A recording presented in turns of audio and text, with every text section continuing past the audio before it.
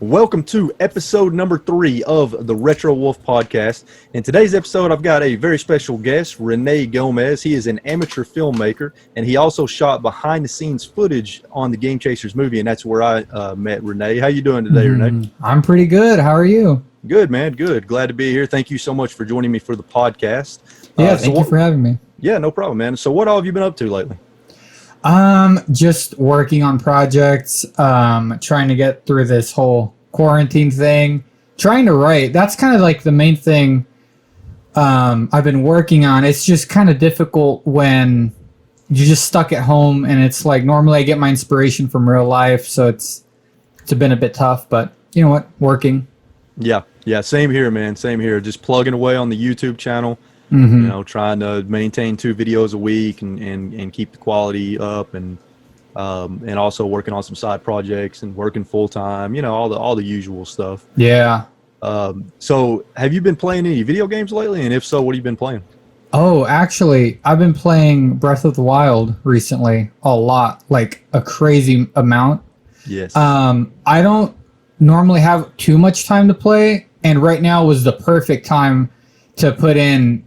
I think I've put in over 100 hours at this point, but it's addicting. Yes. I keep doing these shrines, and I'm like, okay, I just, before I do the Divine Beast, I have to go do another shrine, and that's just the mentality I've been in. Yeah. It's been intense, yeah. Yeah, that's an amazing game, man. In my personal opinion, I think it's one of the greatest games ever made. It's incredible. The open world is incredible. It's just such an amazing game. I'm loving the story. The story is really what's getting me. Like, at first I was like, okay, I didn't know how to feel about it. Mm-hmm. And then after a while I was like, okay, this is really, really cool. Mm-hmm. Would you say it's your favorite Zelda game? You know what? It's so close, but yeah, I think it actually might be one of my favorite Zelda games. It's tied between that, Ocarina of Time, and Twilight Princess. They're all 3 pretty equal. And well, I like Skyward Sword a lot too. I haven't played Twilight Princess, but that's probably the next one I'm going to start on. Dude, after Breath of the Wild. Twilight Princess is great, man. It's a great game. It's got a really dark story too. Yeah, I like the visuals a lot. I remember seeing the Nintendo Power for that, and I was like, okay, I'm really liking how it looks. I just never got to playing it. Well, my recommendation to you, I don't know if you have a Wii U or not. I do. But if you do, perfect. Well, yeah. So then I would recommend playing the HD version of Twilight Princess. The HD one? Mm-hmm. Okay, I was going to hop onto the GameCube one because that's what I remember, but I'm not. I think I've heard that the Wii U one is always better. Oh, yeah, it's great, yeah. Because they the game is they increased the resolution to HD. Mm-hmm. They added a lot of new features and control options, and it's just, I think it's the best version of the game to play, unless you just want to, unless you want to play it on the GameCube for nostalgia purposes and play it how it was originally meant to be played. Awesome. Cool. Yeah, I've been playing Animal Crossing, the new one. Oh, yeah, my little brother's been playing that like crazy. He's probably playing it right now, actually. Nice. Yeah. Yeah, it's pretty good. I've been playing that, and of course, I'm always playing something for a YouTube video. I play a lot of GameCube games for my GameCube Gallery series and things like that. So, before we get into the interview proper, do you have anything that you want to plug? Dang, I don't know the URL, but I have a channel where you can learn about filmmaking stuff. It's called Nightgaze. Yep. You can probably just look it up, and it'll be one of the first ones. So, yeah, I can't remember the URL. I'm assuming it's just youtube.com/Nightgaze, but who knows? Yeah, who knows? Yeah, what I'll do is I'll get that URL and I'll put it in the description of the video, and I'll also put your website in the description as well. So awesome, thank you. Yes. And we're going to be talking about a lot of your stuff throughout the interview today, so it's almost like you're going to be getting constant plugs throughout the interview for your giant plug. Awesome. Exactly, a giant plug. That kind of doesn't sound right. But. Oh no.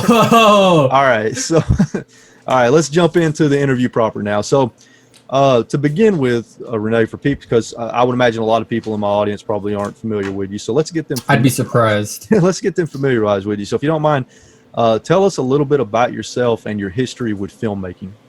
Okay, well, let's see, where do I start? I've been doing filmmaking. I'm a filmmaker, first of all, for those of you who don't know. I started 5th grade, and I've just been working at it constantly throughout high school, I was part of like a AV tech program, and I did that, and then I just graduated, so I'm 21, and right now I'm just trying to do freelance work, trying to make filmmaking my full-time career, and then eventually work on making feature films. So that's the goal. Nice. And we're going to touch on that a little bit later too as well. So the fact that you're only 21 is really impressive after seeing some of the work that you've done. That kind of blows me away. You're doing what I wish I had done. Because I turned 32 this year, so I really wish, now that I'm starting to get into filmmaking and trying to learn more about it and gather some equipment and get some experience and things like that, I find myself wishing that I could go back in time and start much sooner. So, and you're doing that, and that's awesome, because that's going to give you a leg up, and that's going to get you ahead of the game and give you plenty of years ahead to do some pretty cool stuff. So that's pretty awesome, man. Yeah, thank you. Yeah, no problem.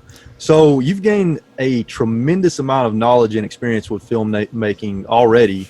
Even to only be 21, you have a lot of knowledge, and you've had to learn a little bit of everything from lighting to editing to writing to cinematography. The list goes on and on. How did you gain all this knowledge and learn all these things? Did you take classes? Have you used online tools, or did you simply just learn through experience, or is it a combination of some of those things? It's definitely a combination. So at first it was mostly, I'm really inspired by Cinemassacre. I'm sure people who are watching this know who he is. Oh, yeah. Highly inspired by him, and I just wanted to do my own stuff when I was little. So I started off by just making films with like toys, plushies, and all that. And then I learned a lot there just about how to use a camera. So that's how that started. And then slowly I would start to rent out books from the library and learn how to do stop motion, because I wanted to do monster films when I was little, but I couldn't. So so books was like the first one. And then around middle school, I found out about a YouTube channel called Film Riot, and I completely binged everything on that. And just, that's where I learned all the basic knowledge. I learned like what shots are called, how lighting works. And then after that, it was legitimately just making a film and then messing up and then doing it again. Right. And then just wash, rinse, repeat. Yeah. So it was definitely a combination of all those three, where it's like just books and then watching other films from people that inspire me and trying to see what they did right and what I didn't really like, and then putting that into my own work. And then watching YouTube videos online on how other people think their method basically of filmmaking, and trying to see if that works for me. Sometimes it doesn't, sometimes it really does, but it really depends. But I'd say the big one is making my own films and then messing up and then doing it again. That's like definitely the big one, and that's why I try to make films constantly. That's why I'm always working on something, because it's like I always want to try to improve.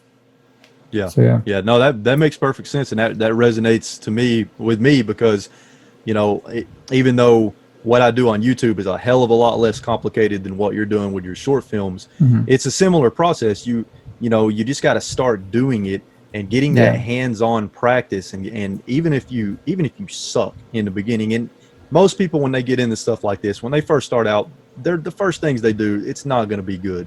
I think that's a guarantee. Yeah, I'm sure there's probably a few people out there that are just absolute geniuses and they jump into something and they start off amazing, but it doesn't happen very often.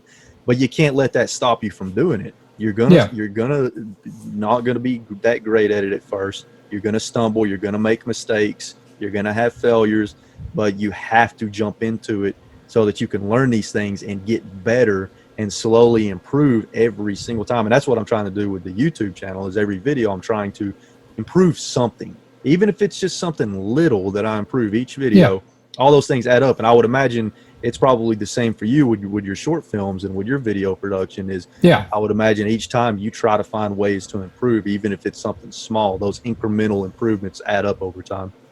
Yeah, no, definitely. There's a book by Robert Rodriguez called Rebel Without a Crew, which I highly recommend for anyone who hasn't read that.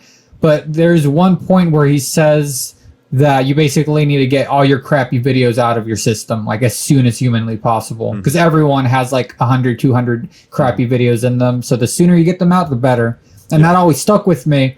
And that's why, obviously, a lot of this stuff, the videos I'm talking about, they're never going to see the light of day.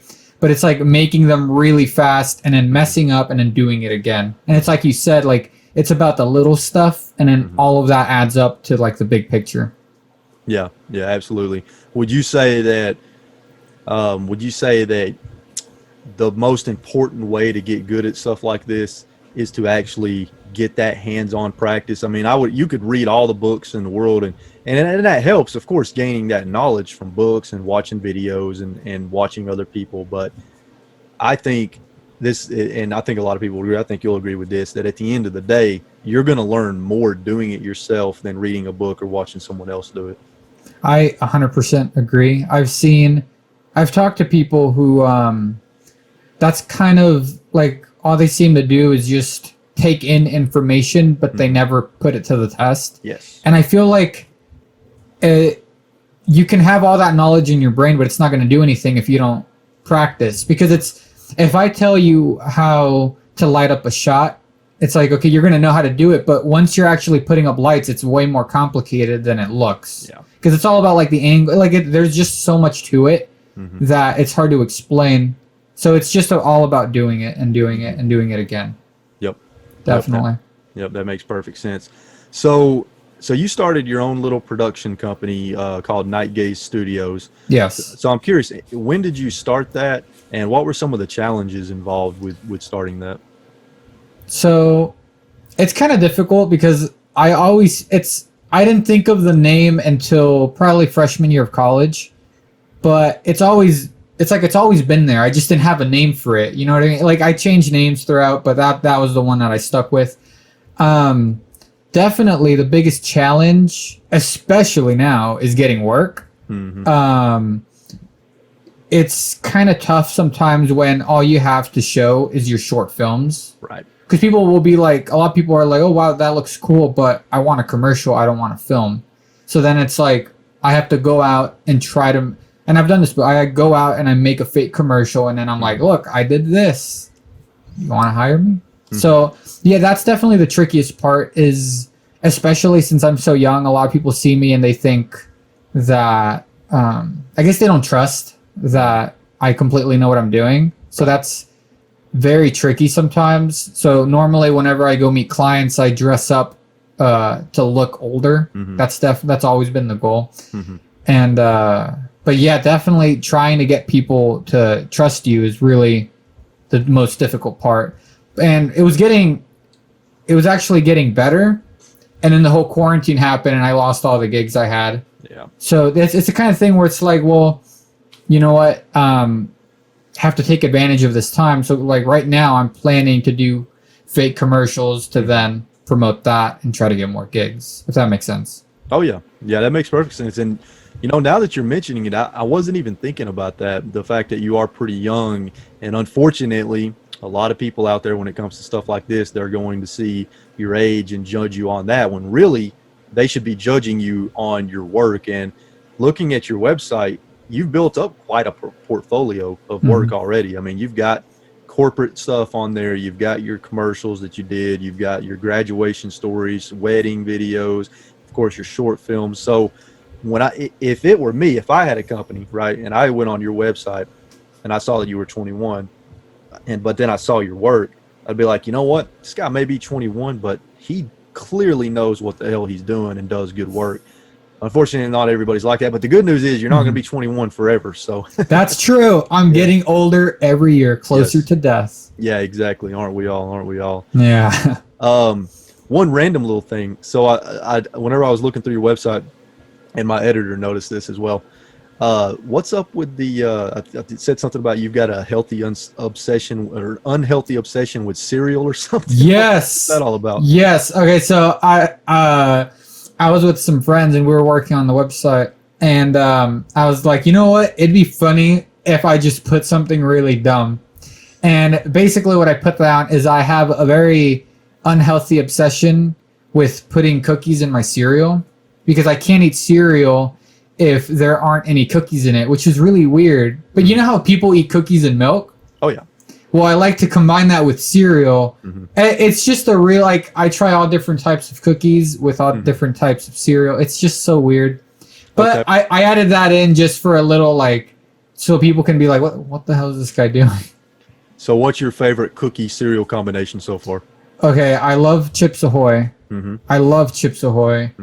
Last night, actually, I mixed it in with Reese's Puffs, which was okay. But oddly enough, my favorite one is mixing it with Cheerios, which sounds weird. I know it sounds weird, but it's so good. It's like legitimately.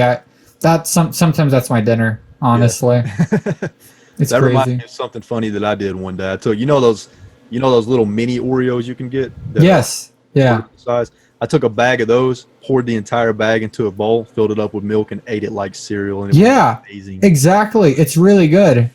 Not good for you, but damn. No. It's it's definitely not good for your health. Yeah. No. But sometimes our taste buds win in that battle. Oh yeah. So your website is really nice, and it showcases all of your work, as we said earlier, from weddings to graduation story videos to corporate videos, and of course your short films. Now, did you build that website out yourself, or did you hire somebody to do it? I used Squarespace. Oh, nice. Is Squarespace pretty easy to use? Yeah. No. Okay. So first I used Wix, and I actually didn't really like it that much. I felt like the website didn't look that great. Even when I was on it, I'd be like, okay, I would never hire myself if it looked like this, but I needed something to put my work. And then someone recommended Squarespace, and I was like, okay, sure, I'll try it. And it's extremely easy to use. There's a lot of templates that are really great starting points, and it just looks so clean and like professional. And so yeah, I'm a big fan of Squarespace. Nice. Is it one of those products where you don't really have to learn HTML or how to code a website? It's like drag and drop, that sort legitimately of thing. Yeah, it's really easy to use. I don't know anything about coding. I have friends who do, but I didn't even have to ask them for help. Nice. It was so easy to just if I wanted a picture to pop up here or a video, I just had to put the link. Like it was very easy to use for sure. Nice. I'll have to look into that, because I want to do a website to go along with the YouTube channel. So I'll look into Squarespace. Oh, definitely. Yeah, I think they have a trial. Yeah, I think you'll fall in love with it. In my opinion, it's the best website. Now, did you have to purchase the domain name too, or did that come along with it? You have the option. You could buy the domain separately, but I have my domain already as well. Oh, okay. No, yeah, you could definitely plug it in, but they give you an option to buy your domain with the site. So I did that. That's also how I got my email. Gotcha. So cool. So in the beginning, when you first started your production company, Nightgaze Studios, how did you go about getting gigs? Did you actively seek them out for little or no money so that you could start to build a portfolio, or did you do it some other way? Because I was thinking, if I were to start a production company in the future, I was thinking I would probably have to do a few free gigs first to start building up a portfolio, or gigs for just basically nothing. Did you have to do anything like that? Okay, it's a little tricky because in high school, I mentioned I was like in an AV class, and they basically had me do commercials a lot of the time. So technically that was free work. And then my senior year, Park Place Dealerships, it's a dealership place here, they needed training videos. and they saw my videos, so then they hired me. They barely paid me, but it was something, Yeah. And then, so I did that, and then that helped me get some other gigs, but I still couldn't, I charged very, very little. So I think to answer the question, it was a mix of, I did some free projects too. My first wedding, that one was completely free because I needed to practice. And then other stuff, it was barely getting paid at all. It was more of I'm going to use this for gas or to buy food for the guy who was helping me. It's stuff like that, very little to no money at first. And then slowly I started charging a little more and then just upping it slowly and still doing that. What's the average rate for like, let's say, somebody that's been doing stuff like this for a while and they've got their name out there? What typically does somebody get paid for a commercial? I'm sure that's a difficult question to answer, but if you had like an average rate, ballpark, to do like a commercial, like a agency commercial that you see on like YouTube ads and on TV, I'd say, and this is just a ballpark, but I'd say at least around 10,000. Really? 7,000 ish. Yeah, wow. Because normally with those big commercial shoots, they hire crews, and then they have to pay for the location, and then sometimes you have to get insurance, so it adds up really quickly. And then plus you have to pay the production company. So like if I were doing it, it'd be like, okay, well maybe 2,000 goes to the company, we'll put that back into the business, and then another 1,000 will go into paying crew members for 1 or 2 days, and then another 500 goes to food, and it's just stuff like that. It adds up really, really quickly. Wow, that's a lot more than I was expecting. But I mean, it makes sense when you think about it. Yeah. For commercials I've done, I don't charge nearly that much because it's just me. It's normally it's lower budget commercials. And that's kind of how I promote myself. It's like, oh, if you don't have money to get like a big production company to do it, I can do it one-man band. It'll be cheaper and you'll still get high quality stuff. Cool. So with stuff I do, it's normally closer to 1,000 in that ballpark. Which, and how much would you say that you actually pocket out of that 1,000 after, any kind of cost that you have to deal with? I pocket most of it. The main thing that I'll spend money on is gas, and if I need someone to help me, sometimes they'll help me out for free, but then I buy them food or give them gas money. So I'd say I profit, like I keep 80-90% of it. It's not bad. But most of it, to be honest, honestly, a lot of it I invest back in the equipment. So I don't know if that counts as profit, but currently right now, since my goal is to make feature films, I'm trying to build up a bunch of gear so we don't have to rent it out in the future. Yeah. And I could use this gear for more gigs and make the videos better. So normally every time I get paid, a good 70-80% of that goes into buying more lenses or equipment or stuff I need. Yeah, that's smart. That's a smart way to do it, especially especially this early in the game for you. That's a smart way to do it because you're prepping for the future. Yes, yeah, and I'm super lucky right now because right now I live with my parents. Yeah. So it's like I don't have rent to pay right now. Makes a big difference. I'm completely taking advantage of that before I move out. I do not blame you one bit. Yeah, no, I'm taking complete advantage of that, trying to build up a lot of gear. Because I mean, I'm sure we've talked about, but like gear is expensive. Yes. It's very expensive. It adds up really fast. Yes. I feel like people think a lot of people feel like it's cheap to do stuff. It's like, oh, do you want to do that? It's like, oh, why do you need money for that? It's like, well, it costs, like, to get a good computer, it costs money. That's what I'm saving up for right now. To get good audio, it costs a lot of money because it's not about the mic. It's also you need to get a recorder, you need to get a stand. It's stuff like that. Yeah, and you need a good computer to do some of the complex rendering for some of the videos, I would imagine. Yeah, but right now I'm using the same computer my parents got me when I entered high school, and on the last short I did, it kept crashing every single time. So yeah, right now my main focus is buying a new computer. Yeah, that's a good idea. Yeah. So I would say that your website showcases your work very well, including how versatile you can be. Is versatility in filmmaking something that you strive to achieve? It seems to me like you're trying to get outside of your comfort zone and try different things in different areas and different genres and things like that, so that you can have kind of so that you can be kind of like a walking Swiss Army knife of sorts. Yes. Yeah. Right now, it's everything I'm doing I'd say is like an experimental film. Honestly, I'm experimenting with what genres I like the most, what I feel works, and what shots I like. Like, it's like anything that I can think of, I'm trying to do it right now, and just to see if it's something I enjoy. Because I mean, my main goal is to be a film director, but the types of movies I want to make, I always say it's kind of like Spielberg, how he's done really serious stuff like Schindler's List.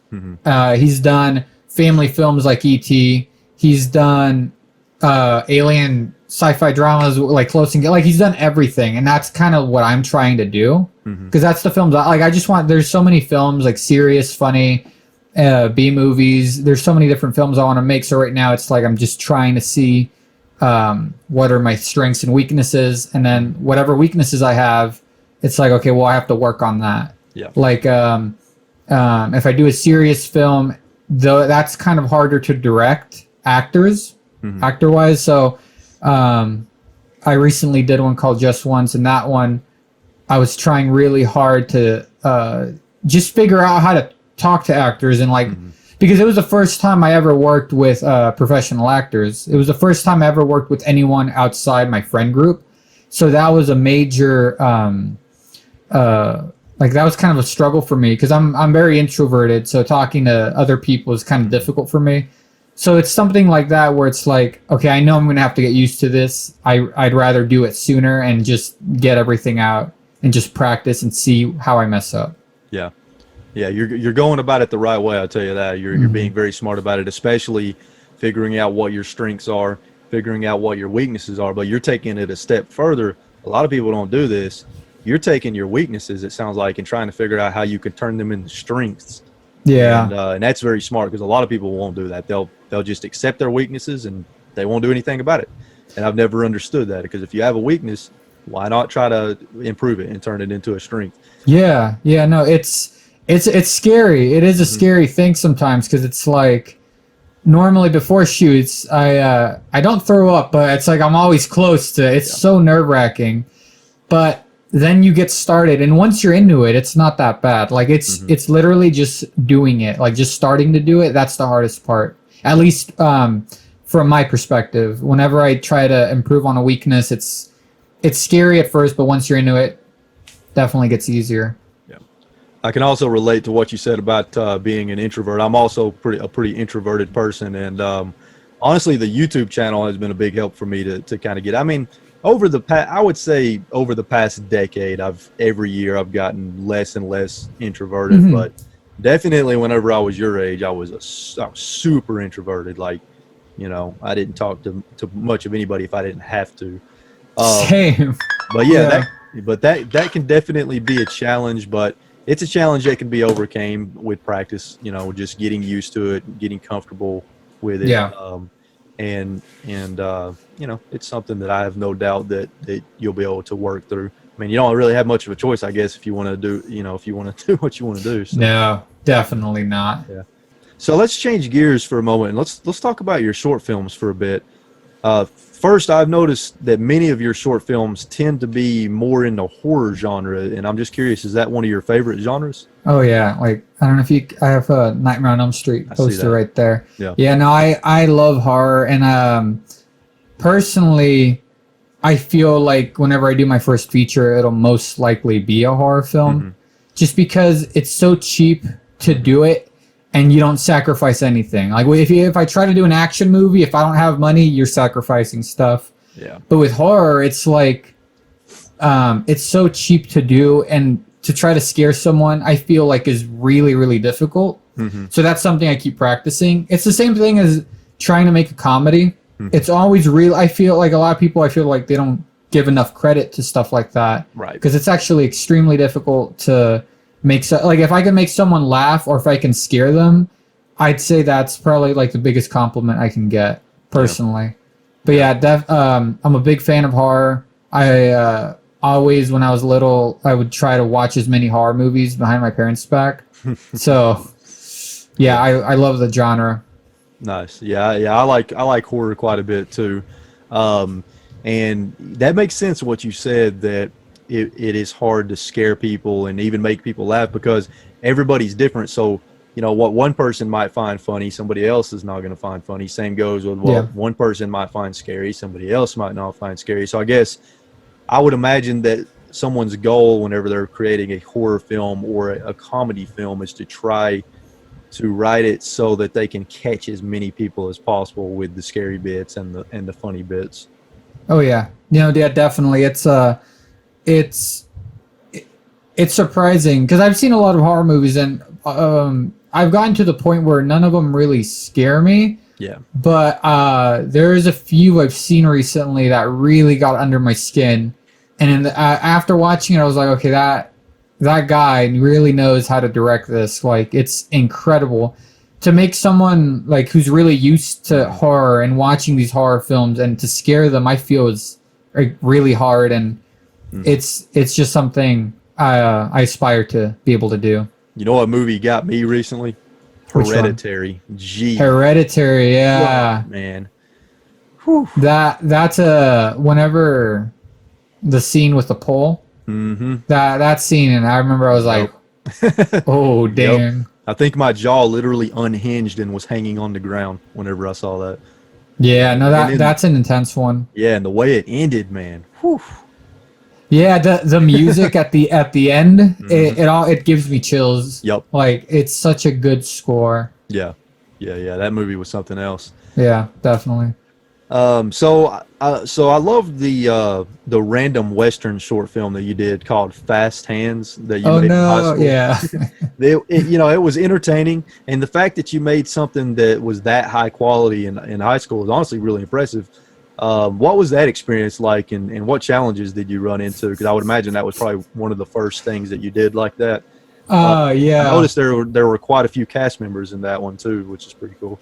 Okay, so I'll be honest. I'll be completely honest. I thought I unlisted that. It's on your website. Oh, it is? Yeah. Okay, well, I'm glad I know that. But okay, so that I made that very beginning of senior year, and I had a lot of friends who would help me out, and I was like, okay, well, we're all probably going to move away or separate after high school, so I wanted to try to do something a little more difficult and bigger. So I knew I wanted to do a Western. I'm a big fan of that genre too. So one of my friends has he told me he had his uncle had like a farm, and I was like, oh, that would be really cool to shoot at. He also told me he had horses, and I was like, wow, we can get like a Last Crusade type shot with them riding off into the sunset, and that'll be really cool. So I started working on that. It was very Clint Eastwood inspired, obviously. I feel like it's difficult not to make a Western without thinking of Clint Eastwood.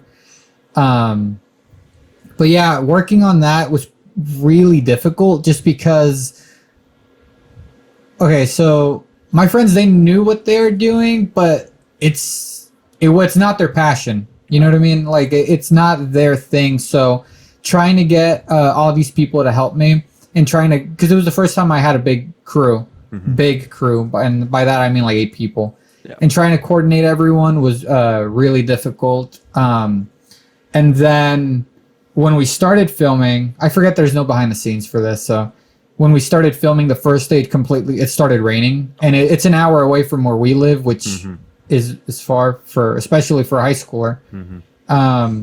It started raining, so then a lot of it had to be cut down. We were supposed to have more extras to be the bad guys. A lot of that was cut down. When we got to the location, I was like, oh wait, where's your horses? And the guy was like, I don't have horses. And I was like, okay.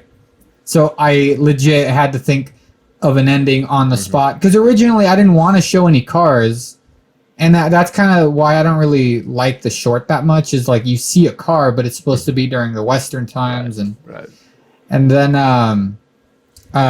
maybe you noticed, and a lot of people noticed, and I didn't know how to use a gun back then. So I asked someone, I was like, so how do you use a gun? He's like, I think when you shoot it, you cock it, and then you shoot it, and then you cock it. Yeah. So I was like, I don't know any better. So I had them do that. Well, in your defense, I did notice that, but I thought that maybe you did it for comedy purposes. See, it's not supposed to be a comedy, but I'm good. I'm fine with that.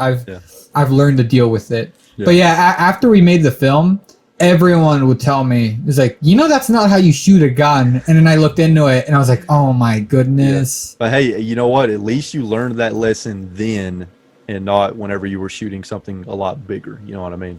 And I'm grateful that happened. Even though I'm always embarrassed when people bring fast hands up, because of that. That's the main reason. You shouldn't be embarrassed, man. I mean, like we talked about earlier, it was one of the it was probably one of the first things you did, so it was a learning experience. Yeah, that's true. It was a major learning experience because I didn't hear the end of it until I graduated. Everyone would be, because then the film went on to Dallas Film Festival, and we saw it in front of a big crowd. And I like hunched over in my seat because I was like, oh, the guns. Yeah. But every time I shoot something that involves guns now, I'm like, okay, don't cock it twice. Like, don't do that. So yeah, that's definitely a big learning experience. That's the major thing I took out of that film. That, and also some of the people who are helping us, which obviously I won't say their names, but 3 of them, while we were filming, they were getting high in the barn. So that was really it's funny. It's really funny when I think about it now. But if you asked me while we were on set, I was so stressed. Yeah, and that wasn't fun for me to have to deal with them. And one of them was audio, so I was like, I need to get really good audio. So that just also taught me to always, I'd rather work with less people, but who want to be there rather than more people who don't want to be there, if that makes sense. Oh, yeah. Yeah, that makes perfect sense. Yeah. Well, if it makes you feel any better, man, I enjoyed Fast Hands for what it was. I enjoyed it. And my friends and I, we actually really like watching it and just making fun of it. It's just a fun film at this point. Yeah. And definitely want to try to do another Western in the future and just make it way better. But here's a thought for you. A Western horror. How about that? That's a good idea. I've never thought of that. Yeah. I've never seen that either. I haven't either, man. I don't even know. I mean, I'm surely somewhere there's a movie that combines the Western genre and the horror genre, but I can't think of one. So that could be cool. That got my brain. Wow. Okay. Well, at least there's this podcast. So whenever I make that, we'll be like, this is where the idea started. Yes.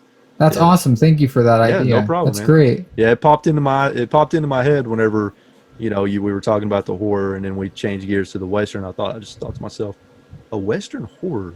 What about that? Yeah, I feel like there's a lot you can do. We can do something with skinwalkers or something like that. Yeah, exactly. That'd be really, really awesome. Yeah, cool. So through the Speaker was an interesting short film, and that had an interesting and pretty creepy idea. How did you come up with that idea, and what was the experience of filming that one like? The idea for that one, it's interesting. It's weird hearing someone else talk about it because I don't really talk about my films, so that's awesome. But I'm a big Twilight Zone fan, as you can probably see there. So that's majorly like that. I was getting all my Rod Serling vibe. I wanted to get a Twilight Zone vibe in that. That was definitely the major point. And my friend and I, Alex Orende, we thought about that story. And actually filming that was probably the most straightforward shoots we've ever had. It was literally 4 people, I think, who were on the crew. And I think 2 of them were in the actual, like, they were acting. So filming that was really easy. I guess since that was my junior year, I think if I remember correctly, junior year of high school, the hardest part with stuff like that is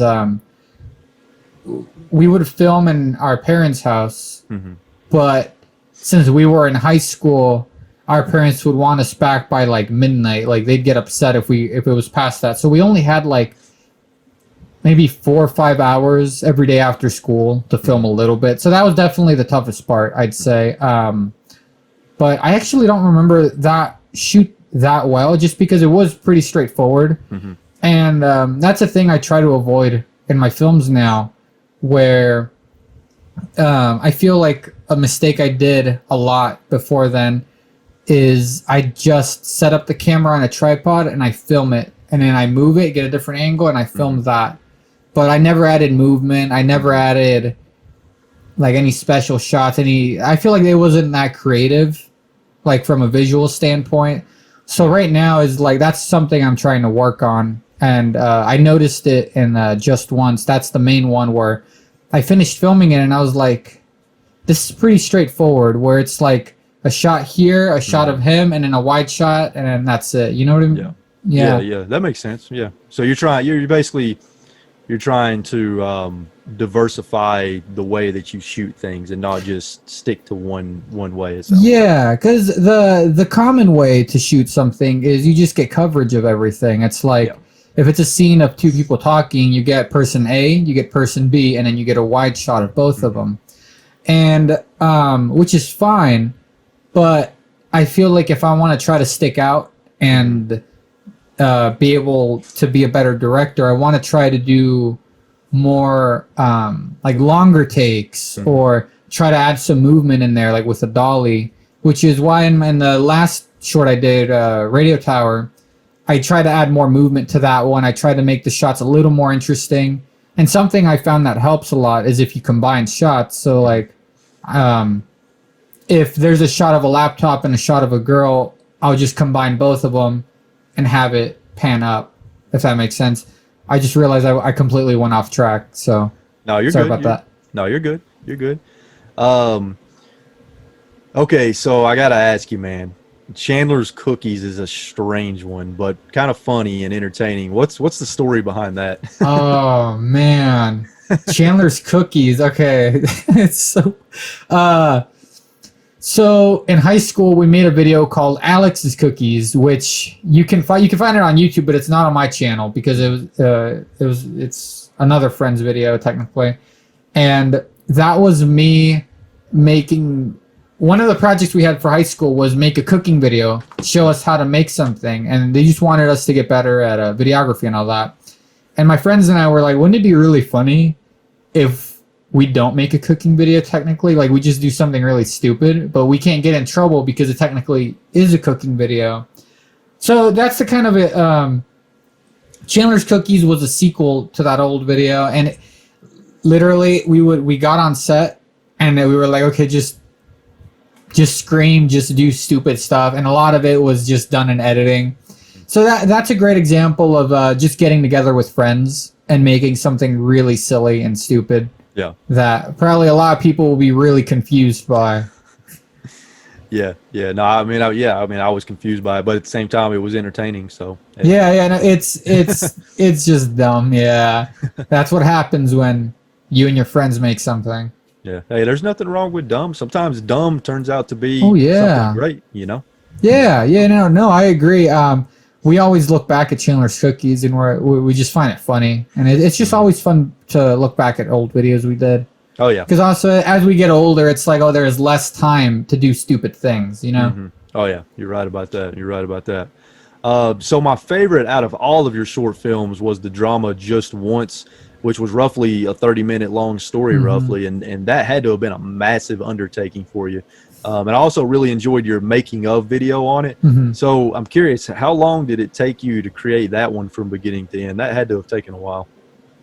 Just Once, let's see. If I remember correctly, it was around 6 months. I think I started writing it in my dorm room because I mentioned it earlier, but with that one, the goal from even before I wrote the script, I wanted to try to work with actors and really, really step out of my comfort zone because it was my first year in college. I felt like I was still stuck in the high school world. I hadn't done a video since then. I hadn't worked with new people. So with that one, I wanted to just try to work with a different crew, work with more actors, and just try to expand that. So I started writing, and then I finished the script around January, February. I started in December. And then after that, it was just a lot of planning. Getting locations was easily probably the hardest one. Yeah, I bet. The diner we shot at took forever to get. We called like 20, 30 diners around us, and all of them, they either said no or they never called us back. And then literally on the last one on the list that we had, they said, "Oh yeah, we'll do it. We're fine with that." Like, we're used to student filmmakers coming in and doing it. Obviously, we paid them, but they were really reasonable with all that. So the actual production was a whole week. We started on Monday and we finished the following Sunday. It was a full week, nonstop. All of us, we slept around 2 hours a night. Wow. Yeah, it was 2 hours. It got bad to the point where I would drive and the freeway would just start like, I'd be like, why is it moving a lot? And it'd be like, oh no. Like, it was actually really nerve-wracking with those nights. And if I were to do it now, I'd probably just stay over or like try to get an Airbnb somewhere close, because that was dangerous. And it wasn't just me, it was me and then the other crew members who were working on it who had to go really late. We normally leave when the sun would come up and then start again like in a few hours. Dang. But you know, that was easily the hardest one. We had an actress from out of the state come over. It's the Anna who played the mom. She came out of state because she really wanted to do the movie, which it's crazy to me that people want to do the something I write. It's just weird. Surreal, right? It's absolutely, yeah. Like, I think I even mentioned it in the BTS where it's like, that's probably the biggest production I've done to date, and it was just intense. A lot of people helped out on that. It was a lot of, I think I spent $2,000 in total. It's not bad. It's not bad. And even for me now, I look back at that, I'm like, that's not bad at all. Yeah. But during that time, I was like, okay, I'm dying. Like, I didn't have that much money. I didn't have a job other than my freelance. So that was tricky. But yeah, it was a big production.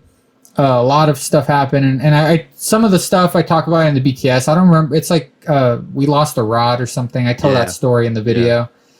But it was big enough to where after we finished it, I was like, oh, we should have like a little party or throw a premiere. So we rented out the Texas Theater here in Dallas, Texas, and we showed the film there, and a lot of people came, and it was really cool. But unfortunately, I didn't have anyone taking pictures or video, so there's only a few pictures of that event, which I deeply regret. Yeah. So, because, you know, it was the first time I ever had a premiere, and then my name was like on the outside of the theater, and that was that was insane. Yeah, you had a picture of that. I saw that in the behind the scenes footage. I assume that was probably the largest script that you had ever written. So what was that process like? Did you, as you were writing it, did you get feedback from people during the process and do rewrites? And how did you go about writing that script? I started outlining that one specifically just because I wasn't really sure what I wanted to do.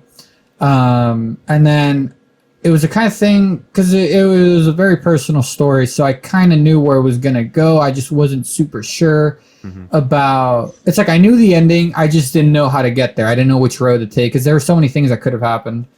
So yeah, I wrote the script by myself, and then after that, I sent it to like a few friends, and then I got feedback, and then I rewrote the script, and then I sent that out to a few friends, and it was just kind of a rinse repeat for about 4 or 5 drafts, and then we finally settled on one in around April. But by this time, we already kind of knew what we needed, so we already started planning. Like, at that point, we already knew, okay, this was going to take place at a diner. And you know what? I just realized, for the people in the audience that don't know what Just Once is, do you mind just kind of not, don't spoil, because I want people to go watch it, but give people just a quick description or a plot description of what it's about. Yeah, so I've always had trouble describing the plot for this one because it kind of gets spoilery really quickly. Yeah. But it's basically about 2 brothers who rob a diner, because they need the money. And there's more to that. Yeah. But it'd be spoilers at that point. No, I think that's good, a good enough description for sure. And I definitely encourage people to go check it out. And you can find it on his website, and I'll leave a link to that in the description down below. And you can also find it on his Nightgaze YouTube channel. And there's a very, very fascinating behind the scenes video that I recommend watching as well, because not only is it interesting to see how he made that and all the challenges that he ran into, but also if you're trying to get into filmmaking like I am, you could learn a lot from that behind the scenes footage. So I definitely recommend checking that out. So overall, do you feel like the experience of creating Just Once was a positive experience and that you learned a lot as a filmmaker from it? Oh yeah, easily. It was like a very big turning point in my life where I felt, okay, maybe I can do this. Because before that, it's a lot of there's a lot of self-doubt, and even now there's a lot of self-doubt, but like before then it was even more, because I was like, okay, well, my friends are helping me, I'm using the school's equipment, like what am I going to do once I lose all of this? And that was the first project where it was 100% completely by myself. Yep. And we did it, and now that was the main thing. I was like, okay, whether it's good or not, like we finished the film, and that's the hardest part. So that gave me the confidence to and it like gave me the confidence, and I knew that I'd be able to probably do this and hopefully do this as a career in the future. And it just taught me like how important food is to give to people. It taught me just overall like, okay, so one thing is that I kind of do a lot is I think something, and I assume that everyone else knows what I mean if I say, oh, can you move that over here? And during that film, I kind of came to a realization, well, I have to be specific. If I have to direct, I have to be really specific about what I want.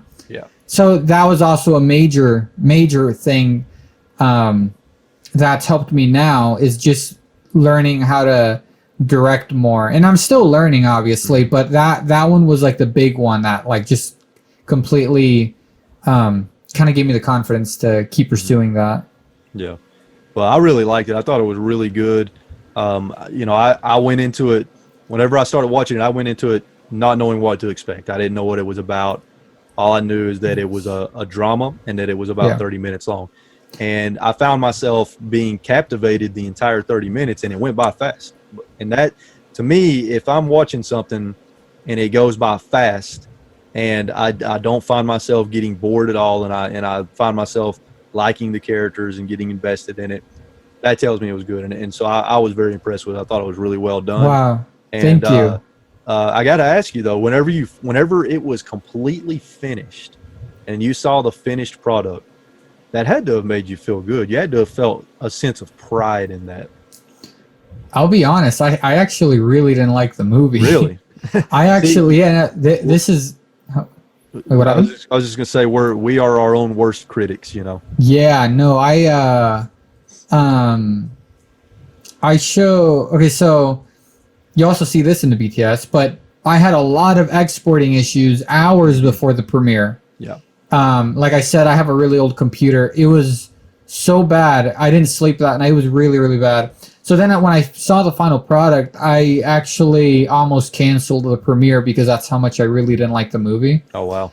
Yeah, it was, and to this day, which is kind of weird, I'm not, it's because I see everything I messed up on, you know, like, yeah. I look at a shot and I'm like, oh, why didn't I put the light next to him rather than above him? And it's just a lot of really small stuff like that that makes it kind of difficult for me to go back and watch that one. Yeah. So hearing you say that you liked it and you went into it not knowing anything, that's actually really nice to hear, because also another thing is I knew the script back, like forward and backwards. Like I knew everything that happened. So when I watch the film, I'm not surprised by anything because I'm like, oh, I shot that. Like I don't. It's really it's the same thing with horror movies. It's like, okay, I don't know if this works because no one's ever I've seen it. I know what's going to happen. So hearing your perspective and saying that you didn't know what was going to happen, that's really nice to hear, because that was always the goal. I was like, okay, well, I don't want people to know why they're needing the money. Right. I want them to find out. Yeah. But by the time I finished the project, I was like, everyone knows this is predictable. Everyone's going to hate this. So I didn't. At first, I didn't feel like their motivations were predictable at all. At first, I thought they were just a couple of guys just trying to rob a place and get some money.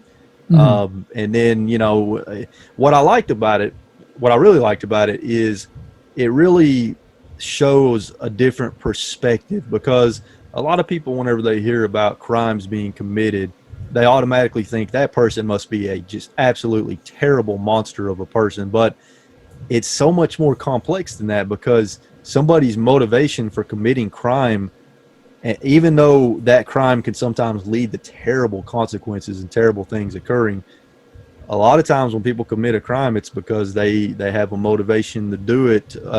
They're trying to do it for a positive reason, even though doing something like that for a positive reason is not a good thing to do. But it really shows the complexities that go into this, and it's not just black and white. When there's a crime that occurs, sometimes it is black and white, but a lot of times there's a lot more to it than what you realize. And I felt like you really showed that in the film, because I'm not gonna say why the guys needed the money.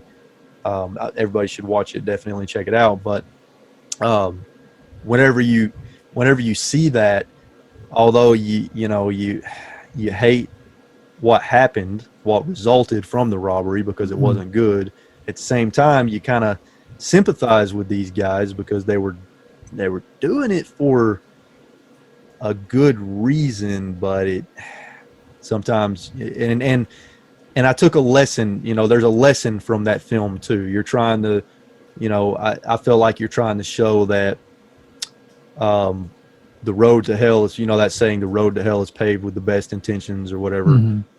So I felt like you were trying to show that stuff like that is not the answer. Yeah. Because it could create more problems.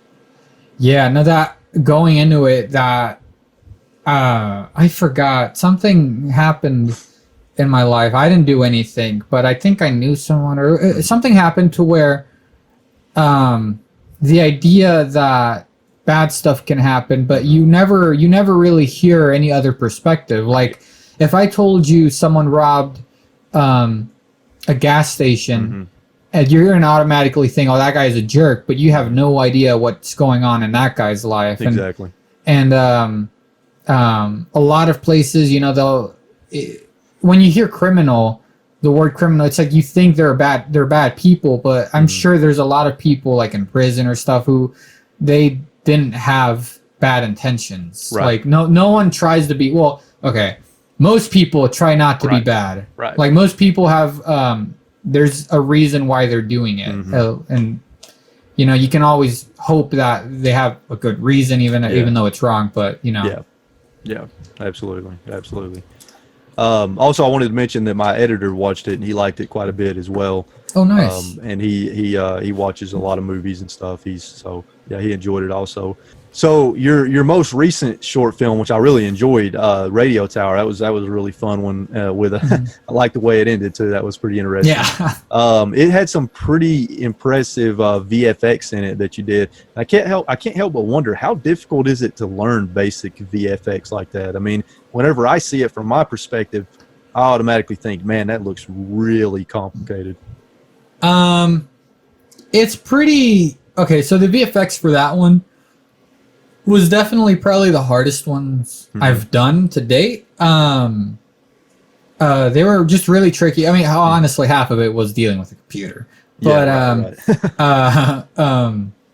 learning it is actually, it's difficult if you try to jump in and like do like the last shot of the film. If you don't know anything and you try to do that, you're gonna have an awful time. You're gonna have a lot of trouble. But the thing is, I started doing VFX in middle school, but I started doing like really, really cheesy explosions, really bad. But that gave me like a little bit of knowledge. And then in high school, it was like, okay, basic clone effects, getting rid of like a wire or maybe a boom pole.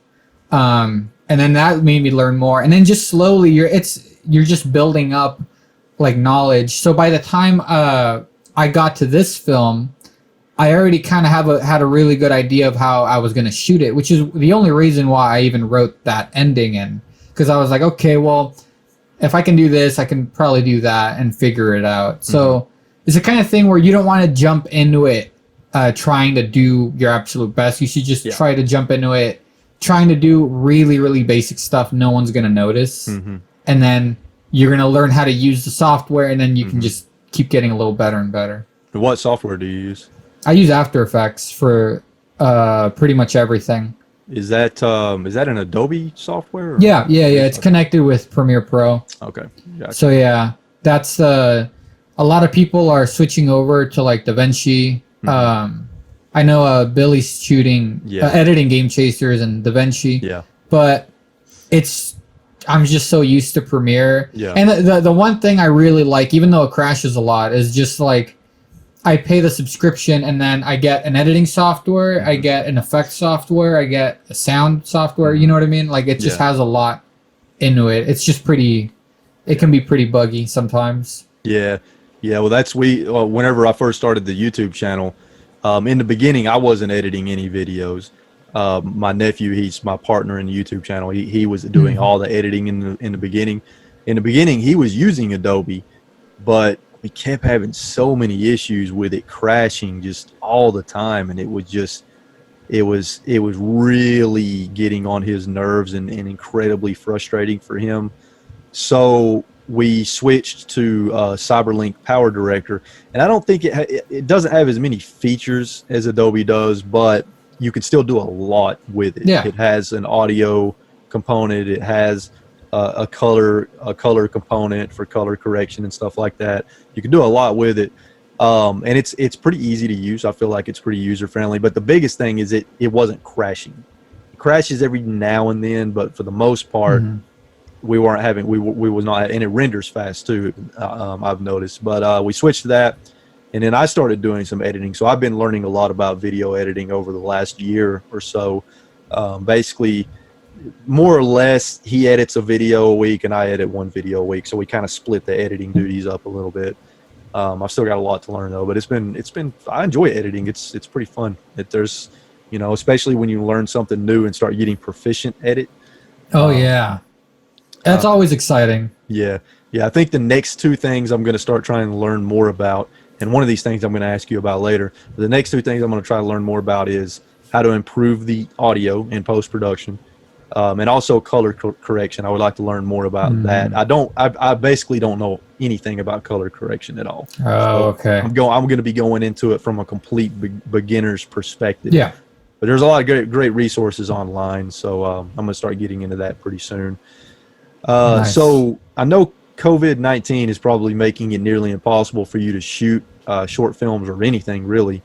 But is there anything that you can share with us about future projects that you might have planned down the pipeline? Well, that horror Western sounds great. Yeah. No, but there was a big project, it's the next, I guess, just once level project. Oh, okay. And I was working on that. The script's completely done. It's a really short one. It's only 5 minutes, but the things in it is really complicated. Can't talk too much about the story. Just it's another type of thing where it's like it'll be spoiled if I basically say what it is. Yeah. But yeah, we've been trying really, really hard to work on that. But with everything COVID, it's really difficult because we were trying to raise money. We need at the very least, like around $6,000 to film it, and no gigs are coming in, so right now saving the money, whatever I can get just for emergencies. But yeah, definitely we do have some projects planned. It's just we don't know when we can film it. And every October we try to do, even if it's a little horror film, we try to do something. So, right at this point, it's just we're just crossing our fingers. I am trying to do a little horror short by myself here, but it's not going to be anything big. Definitely like a zero budget type thing with what I have. Gotcha. Can you share what the genre is for this project? I guess it's like a sci-fi drama, I guess. Okay. Yeah, okay. I guess that's the closest one I can say. That sounds cool. Yeah, it'll be interesting. Okay. Well, I'll be looking forward to that. Keep me in the loop on that. I'll be looking forward to it. Yeah, yeah, definitely. So I've asked this question in each episode of the podcast so far, but I want to get your perspective on it. How do you see COVID-19 affecting the film industry in both the short term and the long term? What kind of effects do you see happening?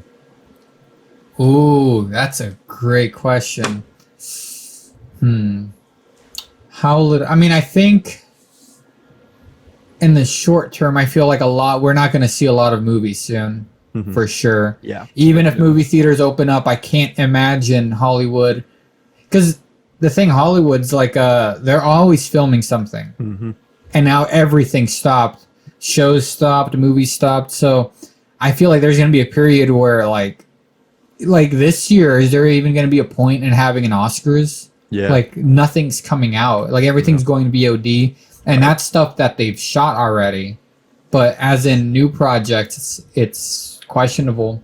And then for people who are trying to get their films made, I feel like that's even worse, because it's like, okay, well, now everyone has less of a chance to get stuff made because since Hollywood's getting less money, they can't give out as much money. And it's just a really, like, it's a lose-lose for everyone, I feel like. Yeah. As far as long-term, though, I'm not quite sure, honestly. I can't say. Hopefully everything goes back to normal, but normally, stuff will change around. Yeah. So who knows?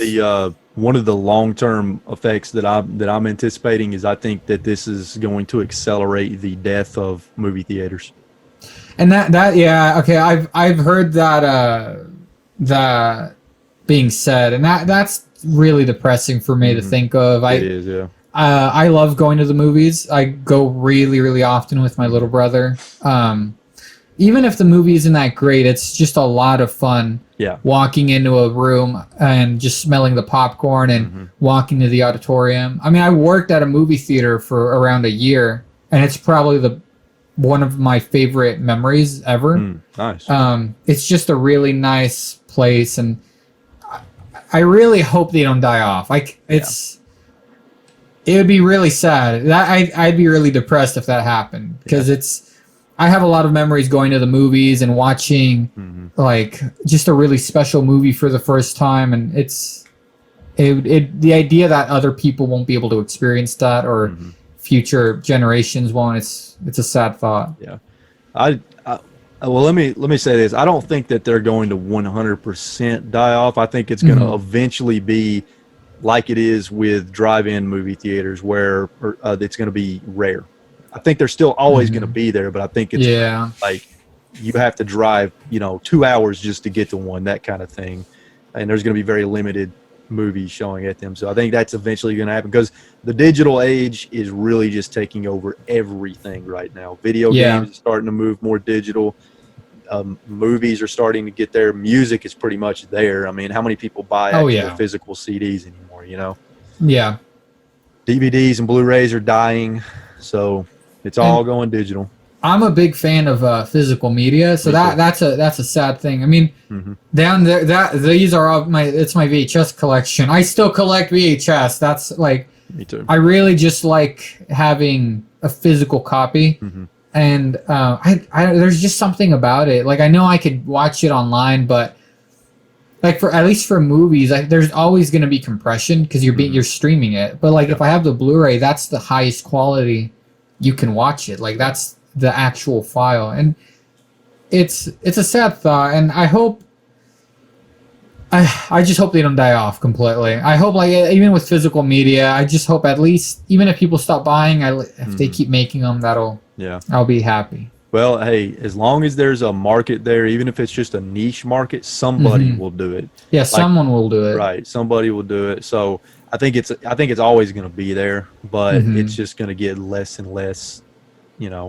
It's going to be less and less throughout the years. Yeah, unfortunately. So you've sort of touched on this in some of the other in the other questions, but if you want to expand on it a little bit more, feel free to. But what are some of your goals as a filmmaker, and what are some of the things that you wish to accomplish in the future? Well, the main thing is I mean, just making films, but I feel like the main thing I try. Okay, so my favorite movie is Back to the Future. That's my favorite. That's the one that kind of after like it gave me such an experience that I can't even describe watching. Like while watching it, I was so into what Marty was gonna do, and I really wanted him to get back to 1985. And my main goal is to give another kid that experience and to inspire more people to do film. That's definitely like the main thing I try to do is if I can make a film that makes someone forget about the crappy stuff that's going on right now, I think that's the biggest thing I could ever do. Even whether it's scaring someone to make them forget another fear they have, or making someone laugh, or just taking them on an adventure like that's extremely, I feel, is really, really important in just a life in general. Like stories are made for a reason, and we've told stories for hundreds of years, and there's a reason why people make films and why people go watch them. It's because they want to escape into a different world. And if I can do that to at least like one kid out there, then I feel like that's where I feel like I'm successful, you know? Yeah. I'll tell you this, you've definitely inspired me, between my experience on the Game Changers movie, which we're going to talk more about that here in just a little bit. Okay. But between my experience there, being on set for 4 days, watching your stuff, I mean, so all this stuff is inspiring me, and it's making me want to get into filmmaking as well. I wish that I had got into it whenever I was your age or even earlier, but it doesn't always work out that way. Better late than never, though. So yeah. I don't think it's ever late. Like Ridley Scott made Alien, I think when he was in his 40s or 45. Oh, wow. There's the guy who did Shazam, David Sandberg. I think he's like 50. I'm not sure. Yeah, like a lot of people, most people, if anything, don't make their first movie until like 50s or 40s. Yeah. So yeah, I don't think it's ever too late for sure. Yeah, definitely. So let's change gears for just a little bit, because I want to get into a few technical topics to help people like me and others watching who may want to get into filmmaking, or maybe they have or want to start a YouTube channel and they want to improve the quality. Because I know a lot of my audience are fellow YouTubers, so they might be able to benefit from some of this. So the first thing that I would like to ask you is if you could give like sort of just a very brief beginner's crash course to quality lighting, whether it's for YouTube or filmmaking. And you don't have to go into great detail. Maybe some good tips or some advice based on your experience, maybe some recommended equipment as well, that sort of thing. Because lighting is tough. You know, I'm still trying to. I still make adjustments to my lighting all the time to try to make it better, and I'm never happy with it. Yeah. I think, I've been guilty of this. The main thing I think I've noticed is that normally when people think of lighting, they think of just blasting all the lights they have to light up their scene, and that works. And sometimes that's kind of what you want, but I feel like what makes a really good image are like shadows and just trying to figure out where they are. Like, for example, whenever I film my BTS or a YouTube video, I make sure that the light on my face is separate from the light that's hitting the background. And then I'll put a different colored light in the background, and then that just gives it more dimension. And I feel like that's the thing that really makes a cinematic image, is trying to create depth behind it. Like, if I put a blue light on the shelf back there and then a red light's hitting me here, you're going to know exactly, like, you're going to be like, okay, that guy's kind of far off from the background. So I feel like lighting wise, the main thing is sometimes too many lights is a bad thing, you know? Like right now I have one big light shining on my face and it's creating this shadow right here, which it looks awful on the webcam, but on my camera it looks better. But that just makes it look more, I guess, cinematic, or a little more professional, in my opinion. But yeah, it's kind of tricky talking about lighting without showing you. So kind of it's kind of hard to talk about that. You should do a tutorial video on it for your Nightgaze channel. I think that could be pretty cool. I've actually I've been thinking of doing a little series where people will tell me, oh, like what kind of scene to light, and then I'll light it and I'll show how I did that. So like if someone says a car scene, then I'll go out and film a car scene and then show how I lit that. So yeah, that's actually that's probably something I'm going to start working on pretty soon. Nice, yeah. I mean, no, I'll watch that and I'll share it with my YouTube community as well. I'm sure they would love it. That's awesome. So all right. So take the same question that we just talked about, but instead of lighting, plug in audio instead. So do you have any tips or advice for getting good audio or any recommended equipment? Recommended equipment, which I know I recommended it to you, is the NTG3 from Rode. I feel like I bought that senior year and I've used it since then. I have absolutely no issues with it. Every short film, every single video, every interview, it's always shot with that one. I can't imagine myself getting another mic anytime soon. Yeah. And it's a little pricey, but it's the kind of thing where you pay more, but then you don't have to buy another one. Like you can just live with that one, honestly. It's a good investment. It's a really, really good investment. And then definitely get a separate audio recorder, because a lot of people will plug it in straight to the camera. But what happens is that the camera is going to interpret the audio differently because the camera is not an audio device, you know? So you have to get an audio recorder to just, and any of them will work, but I recommend a Zoom H5 because I feel like that's just small. It has enough of what you need. It can record, it can do everything you need at a fair price. Oh yeah. So yeah, no, the Zoom H5 will do everything at a really good price. But as far as getting really good quality, I'd say it's just about keeping the mic really close to you, as close as possible. Normally I try to get it from above. That, and a big one that a lot of people also don't think about is soundproofing your room. And you don't have to completely soundproof, but like if you're in a room that's empty, no matter what mic you have, it's going to sound really bad because there's going to be a lot of echo. Right. So normally whenever I film, I like to put blankets up and around me, but that's not in the shot. And that way, whenever I talk, it's not going to come back, and it's going to sound clean. It's going to sound like I'm talking right into the mic. Yeah. Does that make sense? Yeah. So that's definitely the main one, like especially like putting up blankets and trying to get rid of any echo. That's the main one a lot of people don't they don't do.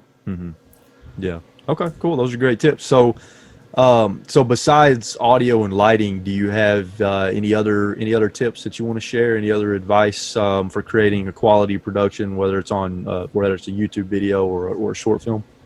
The main thing that I learned, and I'm still learning, and it's just something you have to keep doing, is the pacing. Yeah. I feel like I've seen YouTube videos where I just start skipping through it because it's just too slow, and I've been guilty of that too. Yeah. So like right now, whenever I edit, if I'm making a YouTube video, I literally cut out every time I breathe, I cut that out. I do the same thing. Yeah, every little pause, it's like I'm just trying to keep it really, really fast. Because people get bored, and you don't want them clicking away. You want to, like, as soon as the video starts, you want to like just capture them. So that's definitely the main one. And it's the same thing with short films. If it's slow, then people are gonna just click away because it's just one click away. Yeah. And it's not like they paid for anything. Yeah, you're right. And it's a really pacing in a YouTube video, and I imagine in a short film it's really difficult to do. I mean, because you got to try to look at it from an outsider's perspective whenever you're editing or whenever you're writing the video or whatever. You've got to try to think of it from, okay, if I was watching this video and I'm not me, would this video grab my attention and would it keep my attention throughout? And sometimes it's hard to step out of our own shoes to do that. You know, so that's a pretty difficult thing to do sometimes. And it's something that I've definitely been trying to get better at in my videos, is make them flow faster and snappier, and but it's not easy. It takes practice, and it's something that you just have to work at, and you got to be aware of it. Yeah, no, that definitely. It's and something I keep noticing is I normally think I'm like, okay, this is really well paced, and then maybe I'll release the project, or I'll come back another day and I'm like, okay, this can be edited a lot more. Like it's always it's just a really tricky thing, and there's no technical way to do it. Also, like for me, it's just a gut feeling on whether or not I'm getting bored. Yeah. So it's definitely a really tricky thing, but I feel like if the sooner you start working on it, the sooner you'll get better. So that's important. Yep, you are right about that. So last question about some of the technical stuff. What kind of equipment you've talked about a few things like the Rode NTG3 and the Zoom H5, but is there any other equipment that you would recommend for beginners and also for people that have maybe made it past the beginner stage? So equipment that I recommend for people who aren't in the beginner stage, right? I'd say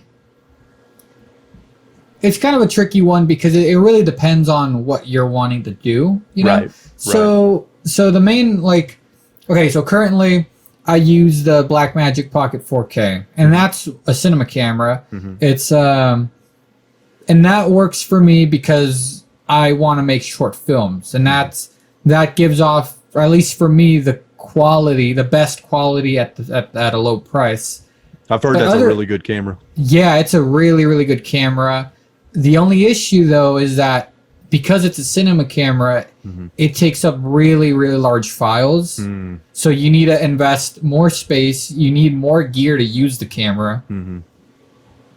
And it just requires a lot more. So then, let's say if you just want to do YouTube videos, you don't need a camera like that. Yeah. A good DSLR, it doesn't even need to be an expensive one because if you can light it well, it'll look really good. Yeah. So it's the kind of thing where I feel like it's more of you just kind of have to ask yourself, what do you want to do? Right. Because for my YouTube videos, I use a DSLR, and for commercial and short films, I use the Pocket 4K just because that one's more annoying to have to pull out. And normally when you use it, you have to rig it up, and that takes 40 minutes sometimes. Oh, wow. So it takes a good while sometimes. Yeah. So I think it really depends, and I can't really give specific equipment advice because it's like I mentioned, it really is on the person and what you're looking for, because it's like if you want to do wedding filmmaking, I think you should get this camera. If you want to be a YouTuber, you should get that camera. It just really depends. Yeah, no, that makes sense. I'm using a Lumix GX7, I think it's called, or G7, Lumix G7, Panasonic Lumix G7. Yeah. And it's not super expensive. I mean, it's, I think it's like $400 to $500, but it's a good camera. I like it. Yeah, no, and it's not expensive, but it does the job for you, right? Yeah. It has some focusing issues sometimes. The autofocus is not super great on it, but other than that, I like it. It's good. I've been using it for over a year now, and it's been great. All right, so let's change gears again, and let's talk about the Game Chasers movie, because you shot behind the scenes footage for Billy for the movie, which is awesome that you were able to do that. So first off, how did you get that gig, and were you a fan of the Game Chasers prior to doing that?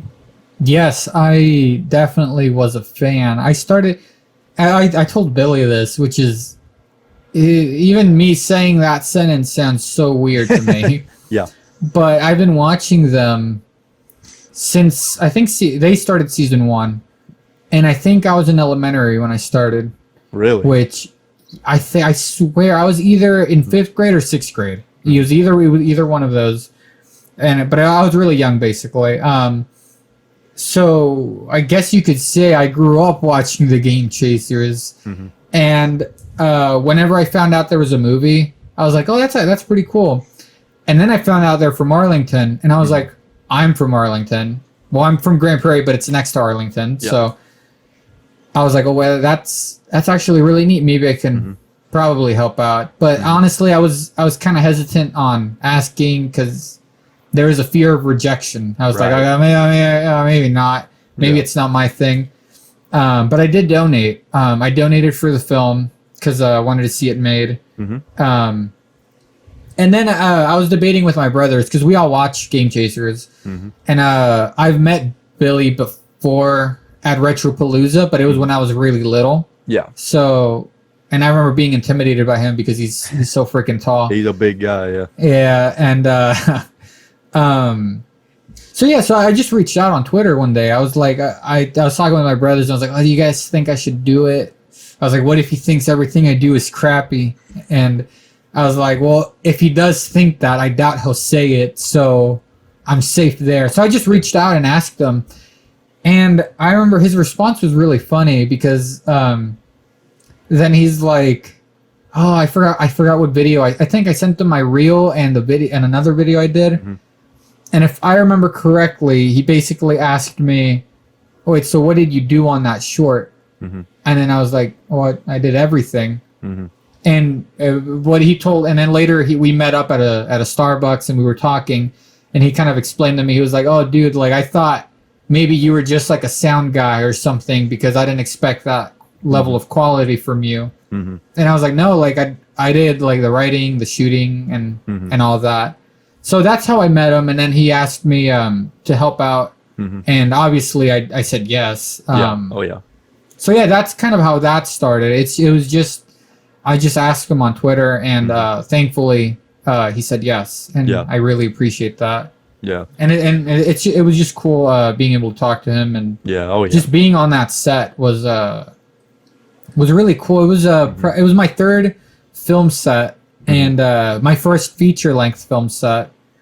So that was really, really, really awesome seeing everyone work, but weather was obviously really bad some of the days, as I've heard the other crew members talk about it in the cast. There were some days where my BTS cam would fog up because sometimes we would go inside and it'd be really warm, and then we'd go outside and it would be freezing, and it's never freezing in Texas, so it was literally just bad luck. So but the footage you got looks great, so I'm looking forward to actually seeing the movie. Yeah, and I'm looking forward to seeing that behind the scenes footage in the Blu-ray too. That's going to be really cool. Yes, I hope I did good enough. The whole time I was like, man, if I mess this up, like I'm gonna be so upset at myself. Yeah. No, I'm sure you did fine, man. And I do want to tell people out there that, in case you're wondering, and I'm sure Renee will agree with me on this, the way you see Billy and Jay on the show, on the Game Chaser show, that's them. They're not faking. They're not putting on an act. That is Billy and Jay. Yeah, they're like that in person. And they're both super nice guys, really cool to talk to, really cool to hang out with. But yeah, what you're seeing on the Game Chaser show, that's Billy and Jay. They're not faking or anything. That's like, they're being legitimate. Yeah. It's I remember it was when Billy asked me to meet him, I was actually really, really nervous. I was like, I'll bet. I was so nervous. And then after a while of talking to him, I was like, I don't know. He was just so easy to talk to, and he's a lot more introvert. At least it seems to me. He looks a lot more introverted than I expected. Yeah. Which made me feel better because I'm also I'm really, really quiet. So it felt really natural and easy to talk to him. So, but they're really, really nice guys. Like it's great. Yeah. Jay's definitely not an introvert. I would say he's an extrovert. No. Yeah. I definitely see he's an extrovert. Yeah. You weren't there the day on set. The first day that I was there on set, I don't think you were there. It was the day, I don't want to say too much, but it was at the park, and we shot a flea market scene. That's all I'll say about you. Oh wait. Was it I'm trying to figure out how to say this without spoiling it. I don't think I was there though. Yeah, I don't think I remember seeing you for the first. The first time I remember seeing you was at the skating rink. Okay, so I wasn't there then, because I feel like I would have seen you. Okay, so let me tell you what happened. Oh my God, this was so embarrassing, man. So after we were completely done shooting for the day, me and Jay and my friend Gabe, you remember Gabe? With me. Me, Jay, and Gabe were in a field passing a football, And we did that for a while, and I haven't passed a football in years, man. It has been years since and back in the day, I used to be able to throw spirals and throw it accurate, but now I can't even throw a spiral, and I'm not accurate at all. So it was a train wreck, first of all, but that's not the embarrassing part. So eventually Jay had to go to the bathroom. So me and Gabe had the football. We walked down a little bit past the set on the right, the flea market set. And Billy was kind of in the road next to a bunch of vehicles, and he wanted to pass the football. So him and Gabe started passing the football back and forth. Billy on the road, Gabe kind of up on a hill between the flea market set and the building with the bathrooms. And then I was like, I'll jump in too. So I jumped in on Gabe's side up on the hill, and so we were throwing footballs back and forth a couple of times. And then, oh man, I can't believe I did this. So Billy's here, right? Yeah. There's a truck here and a car behind it, and there's a group of people standing in front of the truck talking. Wood from Beat 'em Ups and a bunch of other people. I think Eric, some people standing in front of the truck talking.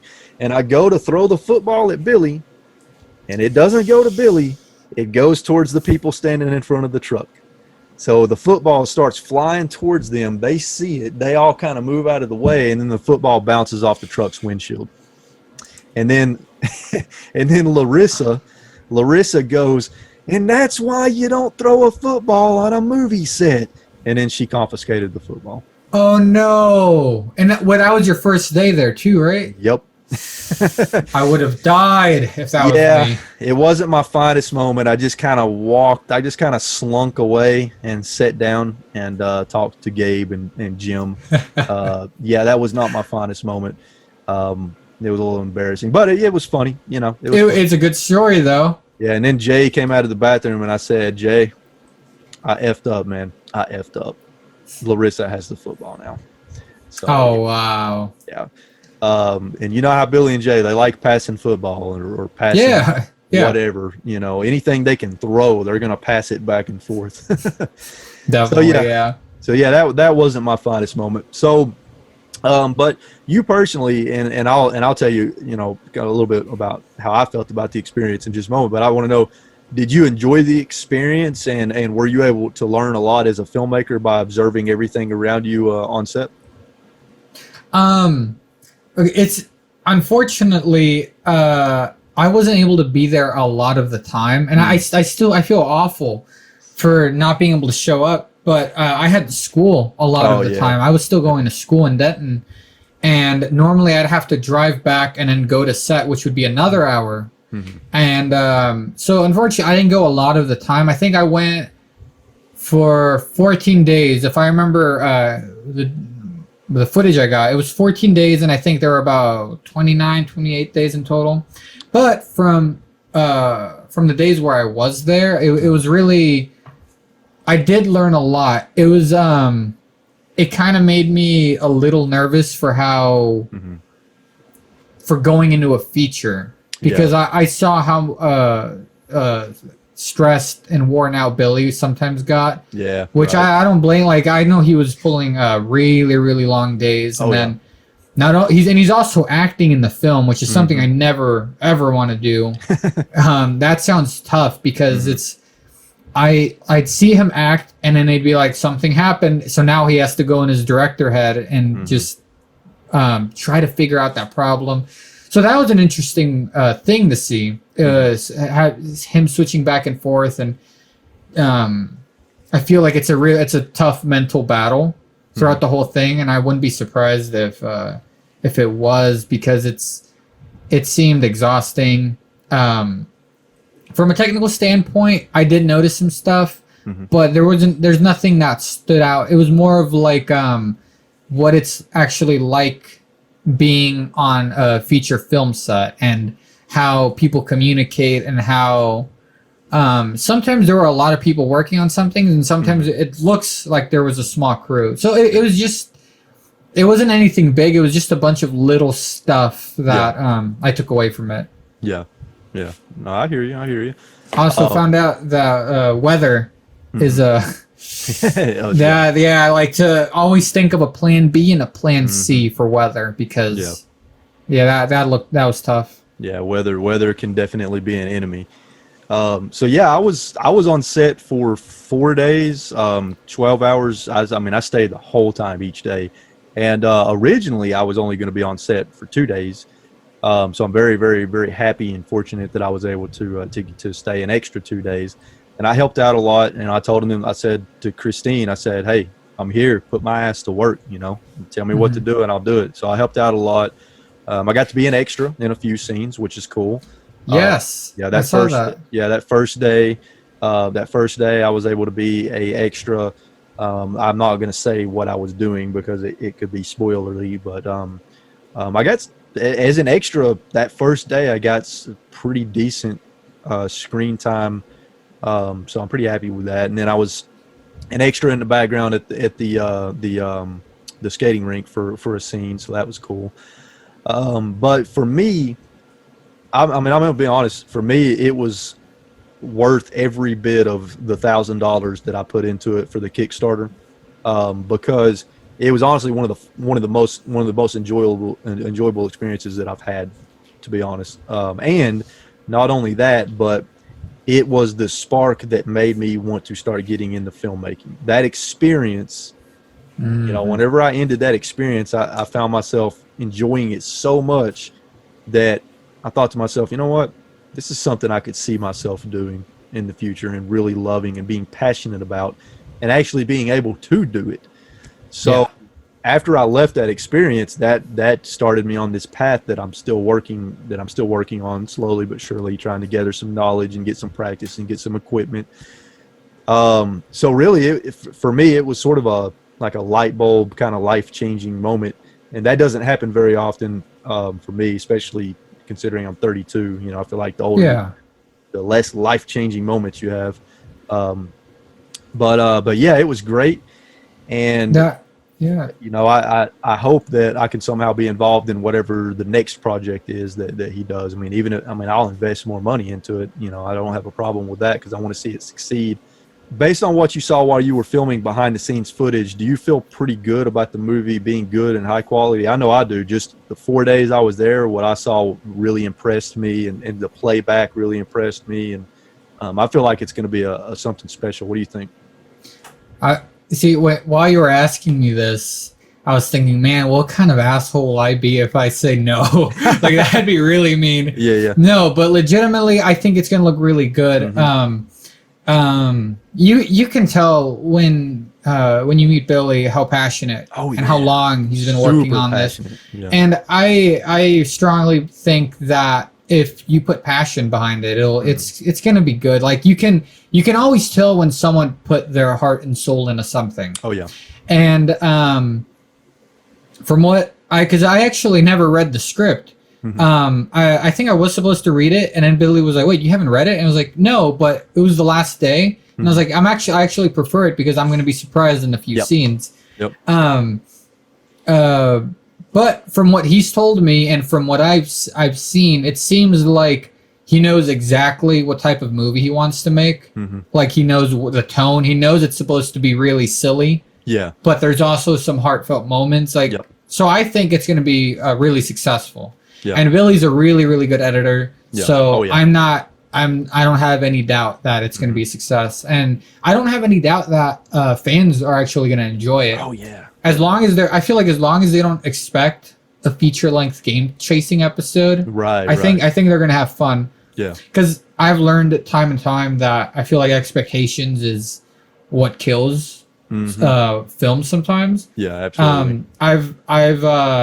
Which is why in my films, I try not to release much or say much about it, because I feel like when you go in it with zero expectations, it always makes for a really fun experience. Yeah. And with Game Chasers movie, I feel like that's the same thing. Like, it'll be silly and it'll be heartfelt, and I think that's all you really need to know, you know? Yeah. And obviously he needs to release, like, I'm sure he'll release a trailer to market it, but you know, I feel like the less you know, the better and more fun you're going to have into it, because then you don't expect anything. It's like, okay, this is going to be a lot of fun.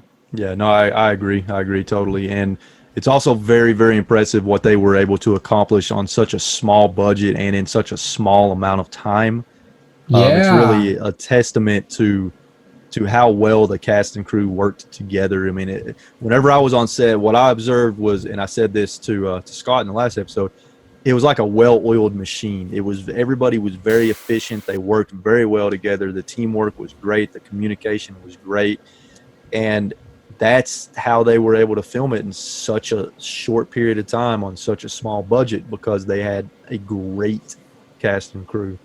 And one thing that I learned from that experience that a lot of people that probably watch movies don't think about is you could have the greatest script in the world, you could have the greatest actors in the world or actresses in the world, but if you don't have a good crew to put all that together, and a good director and a good producer, it doesn't matter how good the script is, it doesn't matter how good the actors and actresses is. All of these things, from what I observed, all of these things have to come together for that final product to be something special. I 100% agree. And we mentioned it while we were talking about Fast Hands, that like I think the crew is really what could make or break something, because if you have a crappy crew, it's going to drive your director insane, and then they're not going to be able to think, and they're not going to be able to put in their 100%. So it all just connects with it. And they had a really good crew. Everyone was really efficient, and it's crazy because I know Billy's talked about it on Twitter, and I'm not surprised, but there's people who feel like they have enough money to make a film. Yeah, right. And it boggles my mind, because even when I was younger and didn't really understand filmmaking that well, I was like, oh, well, it looks pretty expensive, because you have to pay people. You have to pay people to do their job. You have to pay for food. You have to pay for toilets. You have to pay for insurance. It's like a lot of small stuff you don't think about. Yep. No one ever thinks about who's going to pay for the food. No one thinks that, oh, you have to pay maybe $2,000, $1,000 to rent this location, or to get a permit, or to get places so people can park, or to go to the restroom. And with the amount that they had, which I think is like $120K, I don't remember. It's people shoot short films with that amount of money. Yep. That's how crazy that is. That they shot a whole feature. Yeah. With all that. And at the level of quality that they shot it at. I mean, it's going to be really high quality. I mean, the camera they used is insane. Yeah. Like, I was afraid that if I breathed too hard around the camera that I would break it. I mean, they were very protective of that camera. Like, you do not want to be the person that bumps into that camera. You do not want to be that person. Yeah, they shot that with an Arri Alexa, which is that's Hollywood level. That's what they use in Hollywood. So, and then so also another little rant is people like, it's one thing to rent the camera, but then you have to rent out the lenses, then you have to rent out batteries for the camera. Like it's not like how we can buy a DSLR and shoot everything. With an Alexa, you basically buy the sensor, and then you have to add everything else, which is way more money, and it's just insane. Yeah. So I think it's amazing what they did for the budget, and it's a road trip movie, which is even more surprising because maybe if it was like a serious movie like Clerks, no, like if it was like a serious movie that took place in one location, right? How Clerks did it or something. Right. Then they'd have enough, maybe, probably. But no, it's like they have a restaurant scene, there's a skating rink, and it's like it's insane the amount that they did, and I'm impressed by how well they were able to handle the money and all that. Yeah, me too. And for any of you listening that are not familiar with the Game Chasers, I'll leave a link to their channel in the description down below. If you're a video game collector, especially if you like retro games and collect retro games, you're going to love the Game Chasers. Even if you're not a collector, I feel like even people that don't collect video games would be entertained by watching the Game Chasers show, because at the end of the day, their show is not what makes people watch their show is Billy and Jake and the other people that show up in the show. I mean, that's the reason I watch it. I mean, I'm entertained by Billy and Jake and everybody else in. So highly recommend it. And if you are a fan of the Game Chasers and you haven't I had a chance to support the movie yet. You still can through the IndieGoGo. You can pre-order the Blu-ray. You can pre-order the digital movie. And I'll leave a link to the IndieGoGo page in the description down below as well, in case you want to go ahead and get your pre-order in, which I recommend.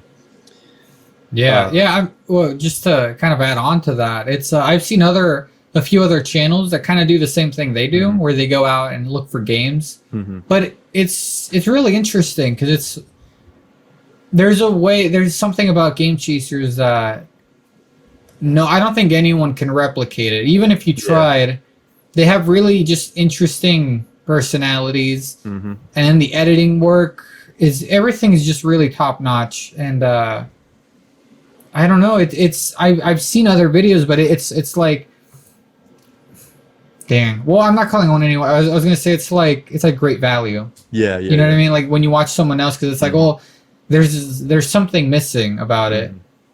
Yeah, no, I completely agree with you there. All right, so Renee, awesome interview so far. But before we move on to the Florida Man segment, which I'm pretty excited about, do you have anything else that you want to share or say to the audience? Share or say? Is this like a plug, or is that? I mean, if you want to plug, or if there's anything else you want to say, I mean, just anything, whatever. The only thing I can think of right now is go check out Nightgaze on YouTube. Yeah. And support that if you're interested in filmmaking or just how to do stuff. I'm starting also a little movie series where I talk about the filmmaking aspects of films. Nice. I'm not reviewing them, but I'm talking about like how they were made and stuff like that. So I'm going to be doing that pretty soon. So if any of that sounds like something that's interesting to you, and you're interested in overall filmmaking, and you don't have to be a filmmaker to enjoy the videos. I feel like the goal for my channel is to make content for filmmakers and movie lovers. That's kind of like the main thing I'm trying to do. So if that sounds like something you're interested in, check out Nightgaze on YouTube. And again, I'll leave a link to that and his website in the description down below.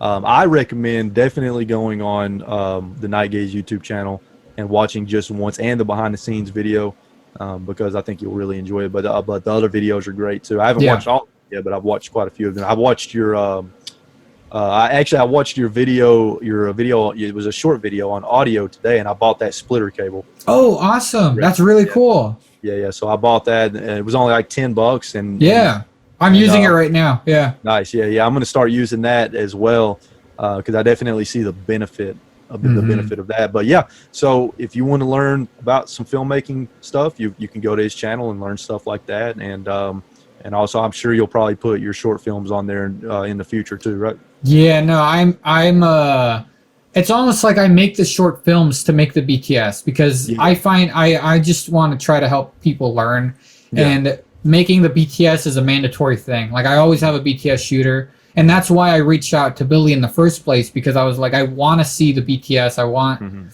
that's where, I love the movies. I love watching them, but the BTS is really what helps me progress. And I like learning from other people's mistakes, and I hope other people can learn from my mistakes. So if I put out a short film, expect a BTS of some sort. Awesome. Yeah, I'm looking forward to seeing that, because I've really enjoyed your behind the scenes footage videos. Yeah, thank you. I've watched all of them now. Awesome. And they've all been beneficial to me too in my journey of starting to try to learn this stuff. So I appreciate you, and I can tell you put a hell of a lot of work into those behind the scenes footage. Yeah, I treat those like another type of short film, like a documentary. That's exactly. I write the scripts. I have a teleprompter. Like I make sure I can make them as good as possible. Perfect. So all right, man. It's time for the Florida Man segment. So, in the last 2 episodes of the podcast, we did the Florida Man segment. So let me start by asking you this. Are you familiar with the Florida Man phenomenon? All right. So I have no idea. Okay. So for whatever reason, in Florida, a lot of crazy stuff happens. And so, and it results in these insane articles that the headline always begins with Florida Man and then what the Florida Man did. And it's some of the craziest stuff. If you go back and listen to the first 2 episodes of the podcast, you'll see what I mean. It's stuff that it's almost like you can't make that up. It's so crazy. And all these articles are from legit local news sites in Florida. But for you, I decided to add a little twist to it. So I've got 5 articles here. Instead of doing Florida man, I decided I wanted to look at Texas. So so I found some pretty bizarre articles, and it's not just Texas man. I've actually 3 of them are actually Texas woman. So it's not just Texas man here. We got a little bit of variety, and it's just some pretty bizarre stuff. Some of it's funny, some of it's just weird. So we're going to go through these articles. I'm going to read them. I'm going to share my screen too so that you can see them, and then we'll just kind of talk about each article and see what happens. All right, so the first article. Texas high school teacher doodled a penis on her student's assignment to embarrass him. And there's the picture of the penis that she doodled. First of all, she's not a good artist. No. That's just not, it's not a very good drawing at all. I mean, it almost looks like a dog bone. Yeah, like a dog bone, or maybe a weird hammer or something. So she's not a very good artist. But so there is that, but you know, you can clearly tell that it's a penis. You can see the balls, you know, all that good stuff. Very little effort put into that. Very little effort. So actually, it looks like we've got more than so there's the teacher right there. So that's the teacher. I would not expect that. Yeah. Okay. Wow. Okay. Instead of receiving a letter grade on an assignment, one El Paso high school student got a large doodle of a penis drawn across an essay by his teacher. Kim Jozdowski, a language arts teacher at Chapin High School, drew the outline on a submitted assignment of Sandra Green's teenage son because she said he was being unproductive. Green could not believe what she saw in her son's work. I'm an educator myself, so I said there's no way the teacher really did this, she told ABC7. I didn't believe it.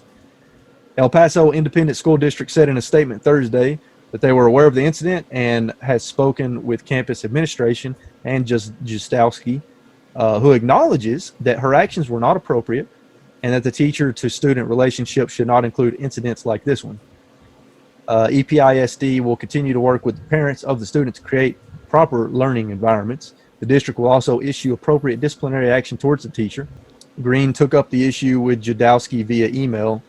She admitted to embarrassing the children rather than punishing them, Green told the station. According to Green, Jadowski said, I'm sorry he took offense, and I totally understand if you'd like to meet with an administrator and have him moved, in her response email.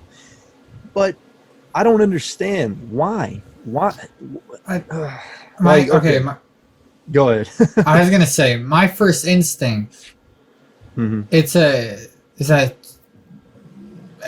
looks like she's trying to hit on him, I guess. That's what I was thinking too, man. Because clearly she's young. She's clearly young. I'm just wondering what. If I got the paper, I just start laughing. Like why? I don't know how to react to this. Yeah. It's, like what do you want from that? Yeah, and then look at this. Look at this picture here with her kind of, standing next to. I guess that's a student. Yeah. She looks very young. She looks like she's maybe in her 20s. I thought she was a student actually for a second. Right. Yeah. So you're right. She may have been hitting on him. And then whenever she got busted, she had to come up with some lame excuse. Oh, I was just trying to embarrass him because I thought he was being unproductive, which really, when you think about it, that doesn't make any sense. I feel like that would make me more unproductive because then I would just be wondering, like, well, why'd you draw that? Mm-hmm. Now, what's really amazing is in today's climate and how, how crazy it is out there with cancel culture and all this other stuff. Mm-hmm.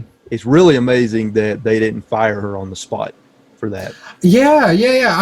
I'm surprised. I feel like, at least if that happened here in my town, I feel like she would have been fired immediately. Yeah, right. Exactly. All right, so there's that.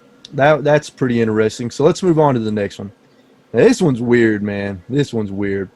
West Texas man accused of threatening woman with knife after she refused to smell his armpit. Mm-hmm.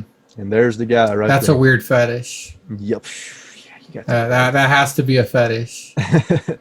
A West Texas man was arrested Thursday after allegedly threatening a woman with a knife, according to court documents. Robinson Pinilla Bolivar was being held in Midland Monday on a $25,000 bond for second-degree felony charge of aggravated assault with a deadly weapon. A arrest was issued for Pinilla Bolivar on November 5th after police interviewed a woman who alleged that Pinilla Bolivar had threatened her with a knife. The woman was in a West Wadley Avenue apartment with Pinilla Bolivar when they began arguing because she refused to smell his armpit. And he allegedly hit her in the back of the head. When the woman told Pinilla Bolivar she was leaving, he grabbed a knife and held it to her stomach. This guy is clearly a psycho. When Pinilla Bolivar went to the restroom, the woman ran to the apartment complex office to report the incident.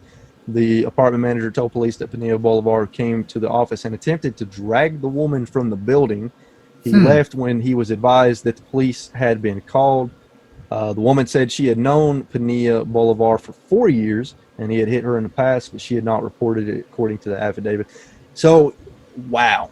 I have never seen somebody get so angry and have such a strong reaction because somebody wouldn't smell their arm. That's really weird. Oh, man. Yeah, like I mentioned, that has to be a fetish. That has to be a...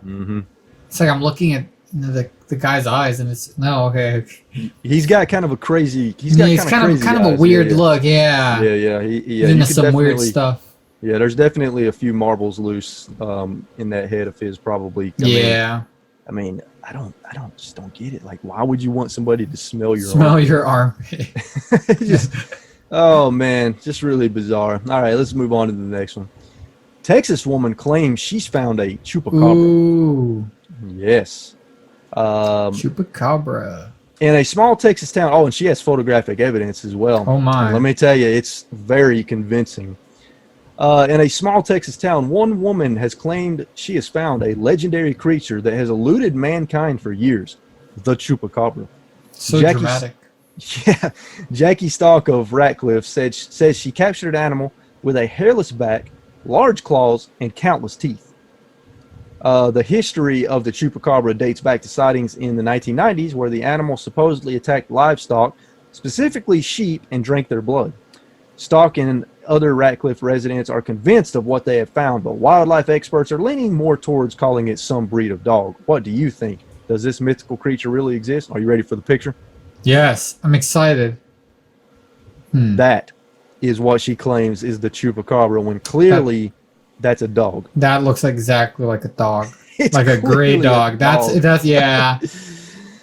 Oh, Texans.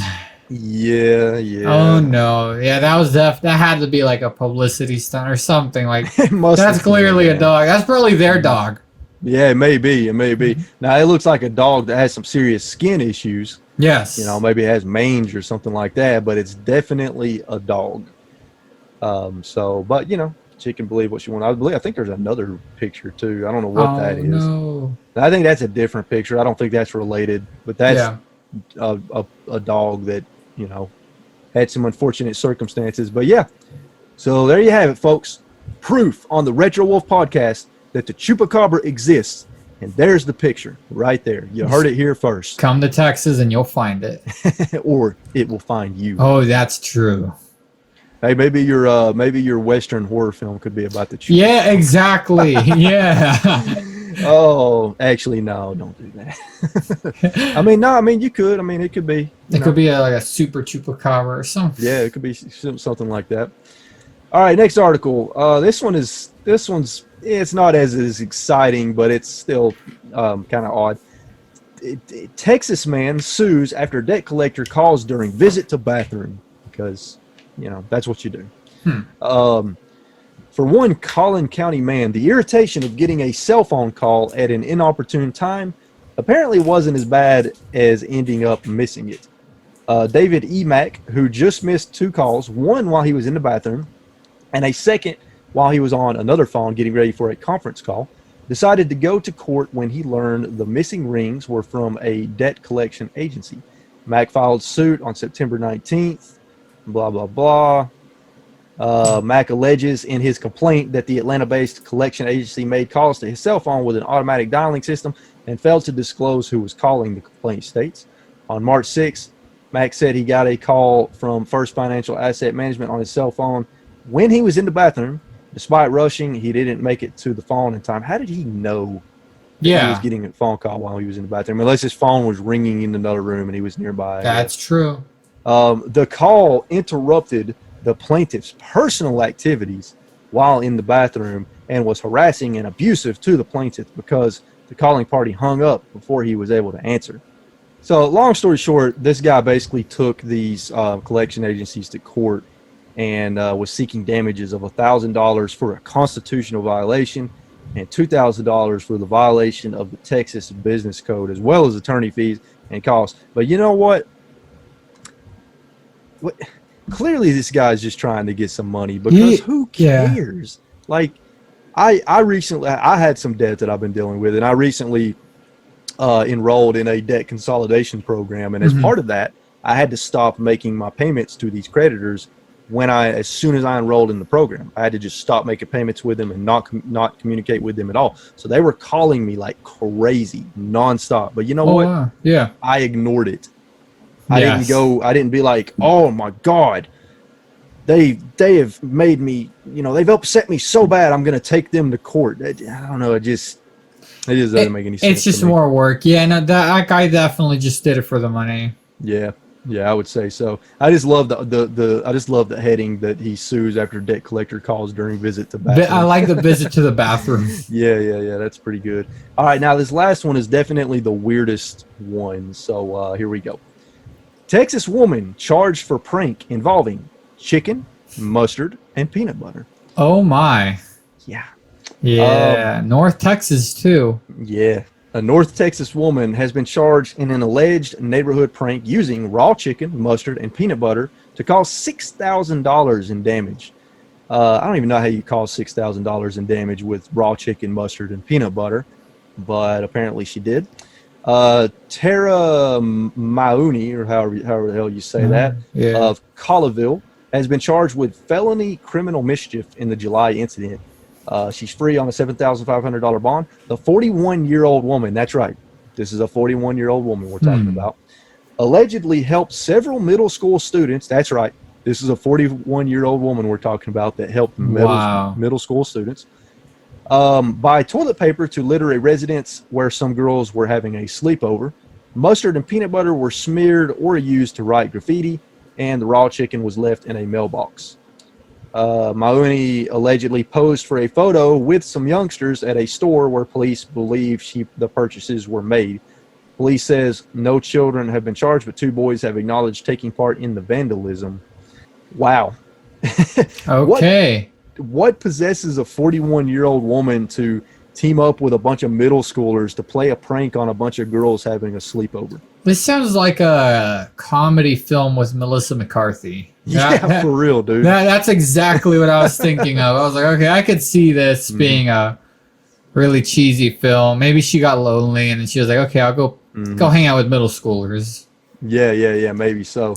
Either way, it's just weird, man. And I don't get the mustard and peanut butter. I mean, if you're going to write graffiti, why not just get some spray paint? You know what I mean? Yeah, she's 41. She could get spray paint. Yeah, it's really, really weird. And what's up with the raw chicken in the mailbox? I guess somebody's going to reach in there to get their mail, and they're going to pull out a raw chicken, I guess. Yeah. See, here's the thing, though. That could have led to somebody getting salmonella poisoning. Yeah. And then it could have been a much bigger deal. Could have been murder. She wasn't thinking that through very well. Yeah, and that's weird. That took place in Colleyville, and I'm about 25 minutes away from there. Oh, yeah? So that could have possibly been me. Could have been. Yeah. Maybe just to be safe, you should start looking in your mailbox. I'll start looking, for a raw chicken. Yeah, I mean, ugh. It's just so weird that a 41-year-old woman did that. I don't get it. But, these are all so weird. Yeah. You know as well as I do that there's a lot of crazy people out there. Oh, yeah. And these articles are definitely evidence of some of those crazy people. Oh, man, you should go back and listen to the Leon episode. One of the Florida Man articles was insane and involved a dude strung out on drugs sneaking into a elementary school at 2 a.m. and shitting all over the place. Oh no! And spreading cake mix all over the place. And yeah, it was weird. Oh man, it was weird. But anyways, so yeah, there you go. So that is the Florida Man segment, Texas edition, just for you, since you live in Texas. Which, by the way, I like Texas, man. That was my first time being in Texas, and I liked it a lot, especially the freaking barbecue, dude. I had the pleasure of, I don't even know how this happened, but it happened, and I'm grateful for it. I had the pleasure of, me and Gabe went out to eat dinner one night. It was the third night. We went out to eat dinner with Billy, Scott, Rob, Leon, and Yoshi. Nice. At a barbecue place, and it was a blast, and the food was amazing. So that was really fun. Funny enough, I haven't had barbecue here. Really? Like, I haven't gone to like a restaurant or anything. Like my parents, sometimes we do a barbecue, but I've actually never gone to a barbecue here in Texas. Mm-hmm. You need to make it happen, man, because Texas, they know how to make barbecue. Oh, I believe that. Yeah, that's cool. Yeah, and I also had Taco Casa for the first time, and that place is really good. Yeah. Yeah, dude, I was impressed. That's awesome. Yeah, I mean, it was good food for a really good price. I like it. Yeah. I wish that I had more opportunity to eat some more Tex-Mex or some other Mexican restaurants, because Mexican food is some of my favorite. That's awesome. So next time, I'm definitely going to hit up some more Mexican restaurants. Movie premiere, yes. Yes, can't wait for that. But anyways, man, thank you so much for joining the podcast. Had a blast. Learned a lot just from talking to you in the podcast. And you're helping to inspire me even more, hearing some of the things you talk about. So I really appreciate it. And and I appreciate all of the advice that you've given me and the equipment that you've recommended and stuff like that. Yeah. All that stuff has been helping me a lot, so I really appreciate it. Yeah, no, thank you so much for having me. It's the first time I've ever been on a podcast. Yeah. Well, I don't know. I mean, I don't consider this to be a real podcast yet, just because I'm so new at it and I'm still learning, how to do a podcast. And I'm learning as I go, more or less. I'm just kind of the first two episodes I wasn't as happy with them. I feel like this episode is going to be a little bit better as far as the overall quality goes. Yeah. But I'm learning as I go, and eventually I hope that the podcast will grow and become better and better. Yeah. And you're very well prepared, so that's really, really good. I feel like that's the main thing you need to be a podcaster. Yeah, I agree. But all right, man. So thanks again, and thank you to everybody that's watching. And again, go check out Renee's YouTube channel. Link to that in the description down below. Check out his website. And support the Game Chasers movie, please, if you haven't already. IndieGoGo link in the description down below. And that is the end of today's podcast. So everybody have a good day.